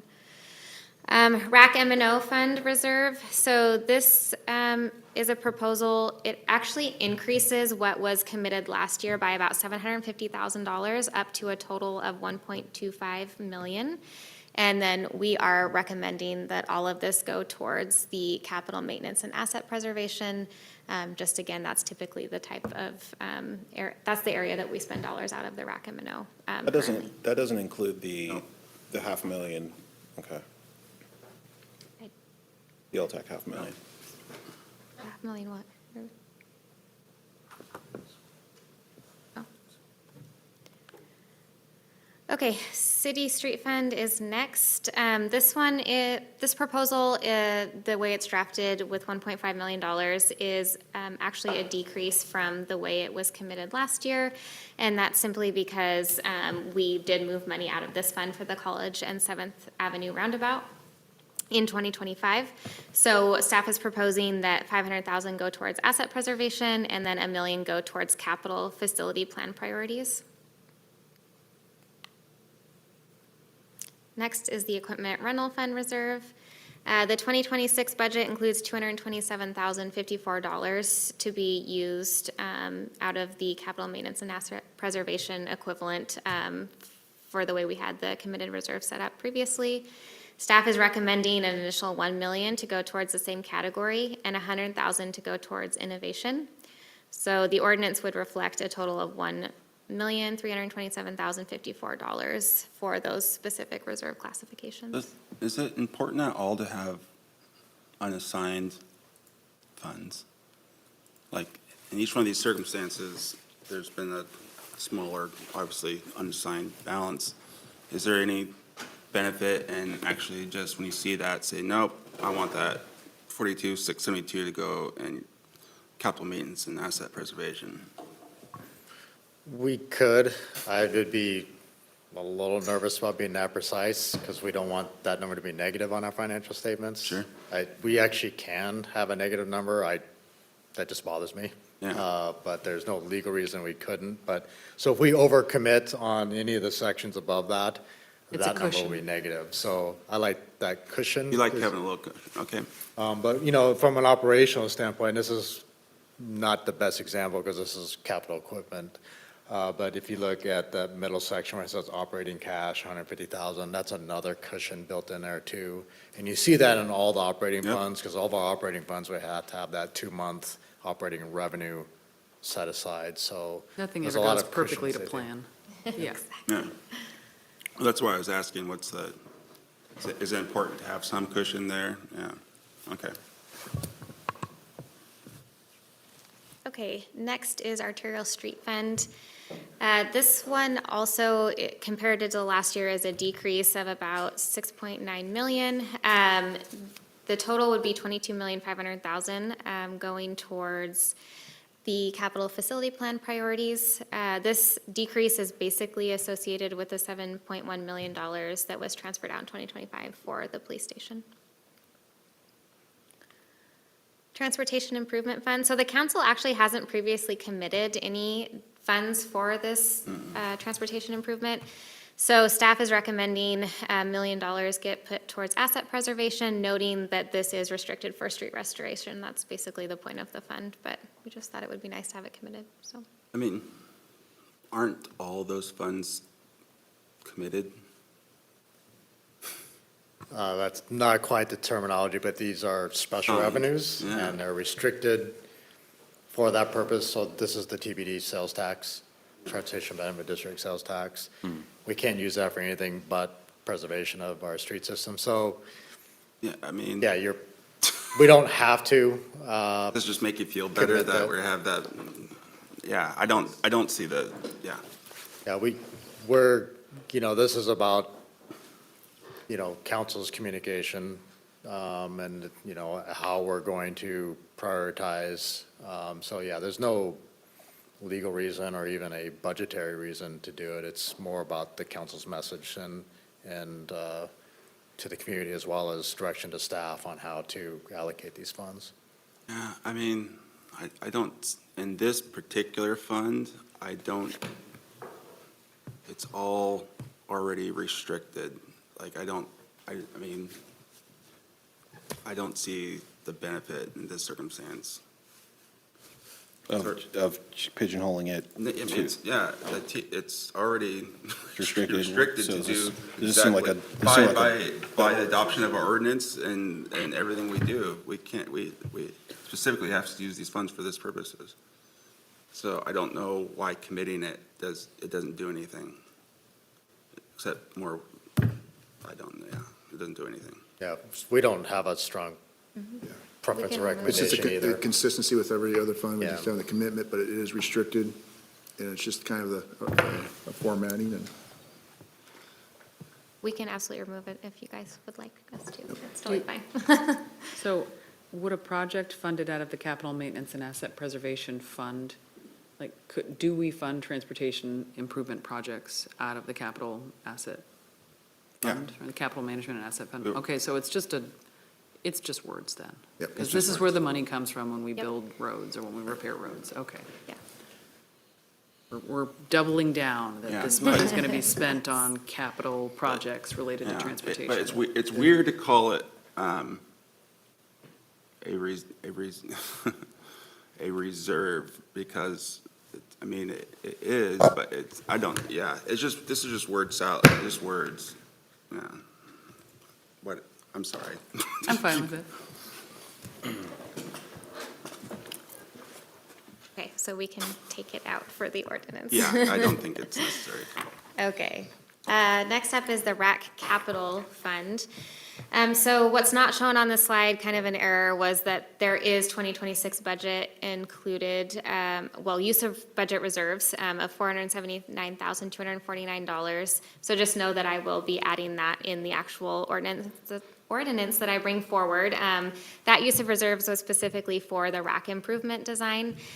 So in addition to that, staff is recommending $500,000 go towards asset preservation and $2,250,000 go towards capital facility plan priorities. So that total ordinance then, when we bring it forward, would be just over $3.2 million. So again, if there's any discussion about these categories, we can chat about it. Otherwise, we can assume those are okay. Okay. So similarly to the last slide, not shown on this screenshot is the 2026 use of reserves that is going to occur with that budget. So 3.2 million use of reserves for capital facility plan priorities for the police station is intended to be used in 2026. It's just not on the slide. So in addition to that amount, staff is recommending 1.1 million to go towards asset preservation, and then 428,756, which is very specific, to go towards capital facility plan priorities. And that's the reason it's so specific, is it's because our public art dollars that we want to specifically set aside. A caveat there, though, the funds are currently in building improvement fund. But based on the discussion last week, we know that there's going to be an active program for public art with the poet laureate. And so our intention is to move those to the current expense fund. So when we bring the ordinance forward, if you're comfortable with this classification and that dollar value and everything, we will actually bring it forward under the current expense fund, because we intend to move those dollars out of this fund into the current expense fund. So this won't be the final, where it will be the final, then you're going to move it. Well, the 428,756 only, I will move to current expense. Okay. So, yep, you can expect to see that change on the 16th. And in terms of our disbursements for the police station, what should we expect? We're not fully expended, but we're getting close, yeah? There's still quite a bit to go, actually. So I think we actually anticipate that there will be a carryover from 25 to 26 on top of the 3 million that is already anticipated in the 2026 budget. Okay. We have about a little over 15 million left of the 61.5 million remaining. We know we still have outstanding payments for October, November, and whatever happens in December, but we'll probably end up with about 10 million, maybe. To carry over Maybe 26? Yeah, maybe a little bit less, but Okay. we're getting close. Getting I down mean, to we it, could- yeah. watch it, yeah. Okay, we're almost there, I promise. Parks and Open Space Fund, this one has very little money to work with, so we're basically just proposing that 35,000 go towards capital facility plan priorities. And then lastly is the Capital Project Revenue Fund fund. So we did not have this fund prior to now, and so this is really the council's first opportunity to decide where fund balance goes. So staff is kind of projecting what we think cash will be for 2025 because we did not have a 2024 figure. And so in this projection, we are proposing 2.2 million to go towards capital facility plan priorities, unless the council would like to see otherwise. Does capital facilities plan include parks maintenance? Or would that come out of a different fund? It can, so, It's broad enough, it could be projects targeted at parks. right, and these are funded by real estate excise tax, which has a very limited allowable use, and it is basically for capital improvements, which does include parks. Okay, just thinking about the slide right before this, where we've got not a lot of money to work with on the park side. And we know we And need, where are we getting where are we getting this 2.26? This is the REIT collections that we have received in 2025 beyond expenditures that we've had. So basically, we're just collecting. So this used to into go this. into the arterials. Correct, Right. yep. So with this number represents, Pretty healthy, and because we're already taking the REIT dollars to go to pay the debt too. right, that's exactly where I was going. So this number reflects what we think will be their year-end, less the first payment on the police bonds, which we actually just made 1 week ago. So Yeah. we had $1 million debt payment that's already come out of these funds. Yeah, so we wanted to create this account so that as a receiving account, and then we can allocate where it goes based on future council conversation and priorities in terms of, you know. a little smoother than pulling it out of REIT in the future. Right. It'll already be in this account that goes. Right. Yeah, Stronger accountability, keeping Yep. it all separate. yeah. So, but going forward, we're not gonna, this is just like a one-time, or is this gonna be It a whole? should, well, Well, fingers crossed it will build over it'll time. build over time, the excess REIT will go over to here. Right, our original plan was to have the debt payment for the police station bonds to be about 50% of annual real estate excise tax collections, which we were using 2.5 a year over that long-term period. So Yeah, okay, And so this is the balance of the excess? yeah. That what we're projecting, yeah. Okay. Sure. So that, finally, we're done. So basically, next steps is we'll be back on the 16th based on the feedback that you provided tonight. I really appreciate the discussion. Thank you. So we'll be prepared on the 16th to present you an ordinance. Are there any other questions? Good for the order? I have one question. Go ahead.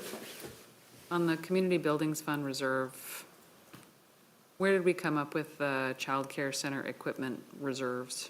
It's a random number, 31,330.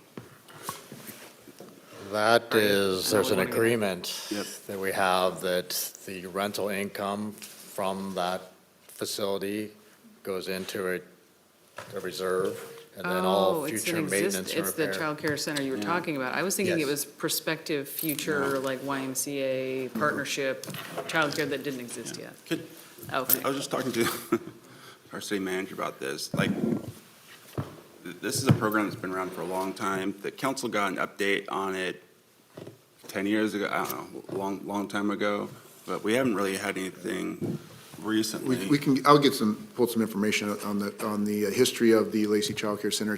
For those of you who may not be aware, it's located down in Corporate Center Loop in Lacey Crossroads area.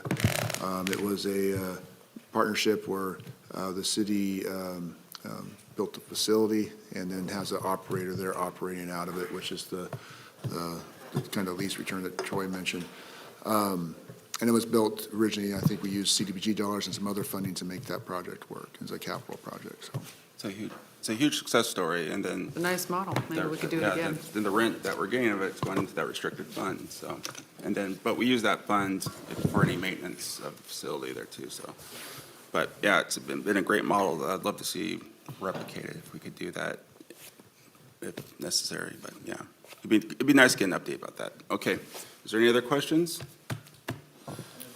Then we have reached the end of our agenda, so without objection, I will call this, one more last quick thing. Sorry. Next Monday, we are going to have an appreciation get-together. It starts at 5 o'clock. Come to find out, the city manager and myself are, I'm not sure if the deputy mayor, but we're double booked that night, where we have something that starts at 5:30 on the other side of town. And so what we've told them is that we'll come here first, hug you and say thank you. And then we're telling them we're going to be a couple minutes late, but then we're going to have to head out. So I just wanted to give you a heads up on that. Can we try to plan to have everything ready by like 5 or 4:30 or something like Yeah, that? So yeah. if we can kick things off early, or We might have everyone's here. like 5 o'clock, 5:15 to figure out how we can inform them, but we gotta allow time for people to get there, so that's. Yeah, we've already put it out that, be here at 5 o'clock, and so we'll try to get that going as soon as possible. Okay, I just wanted to give you that heads up. So we reached our end of our agenda. Without objection, I'm going to call this work session adjourned at 9:15. Keep it classy, Lacey. Sorry, I got snappy.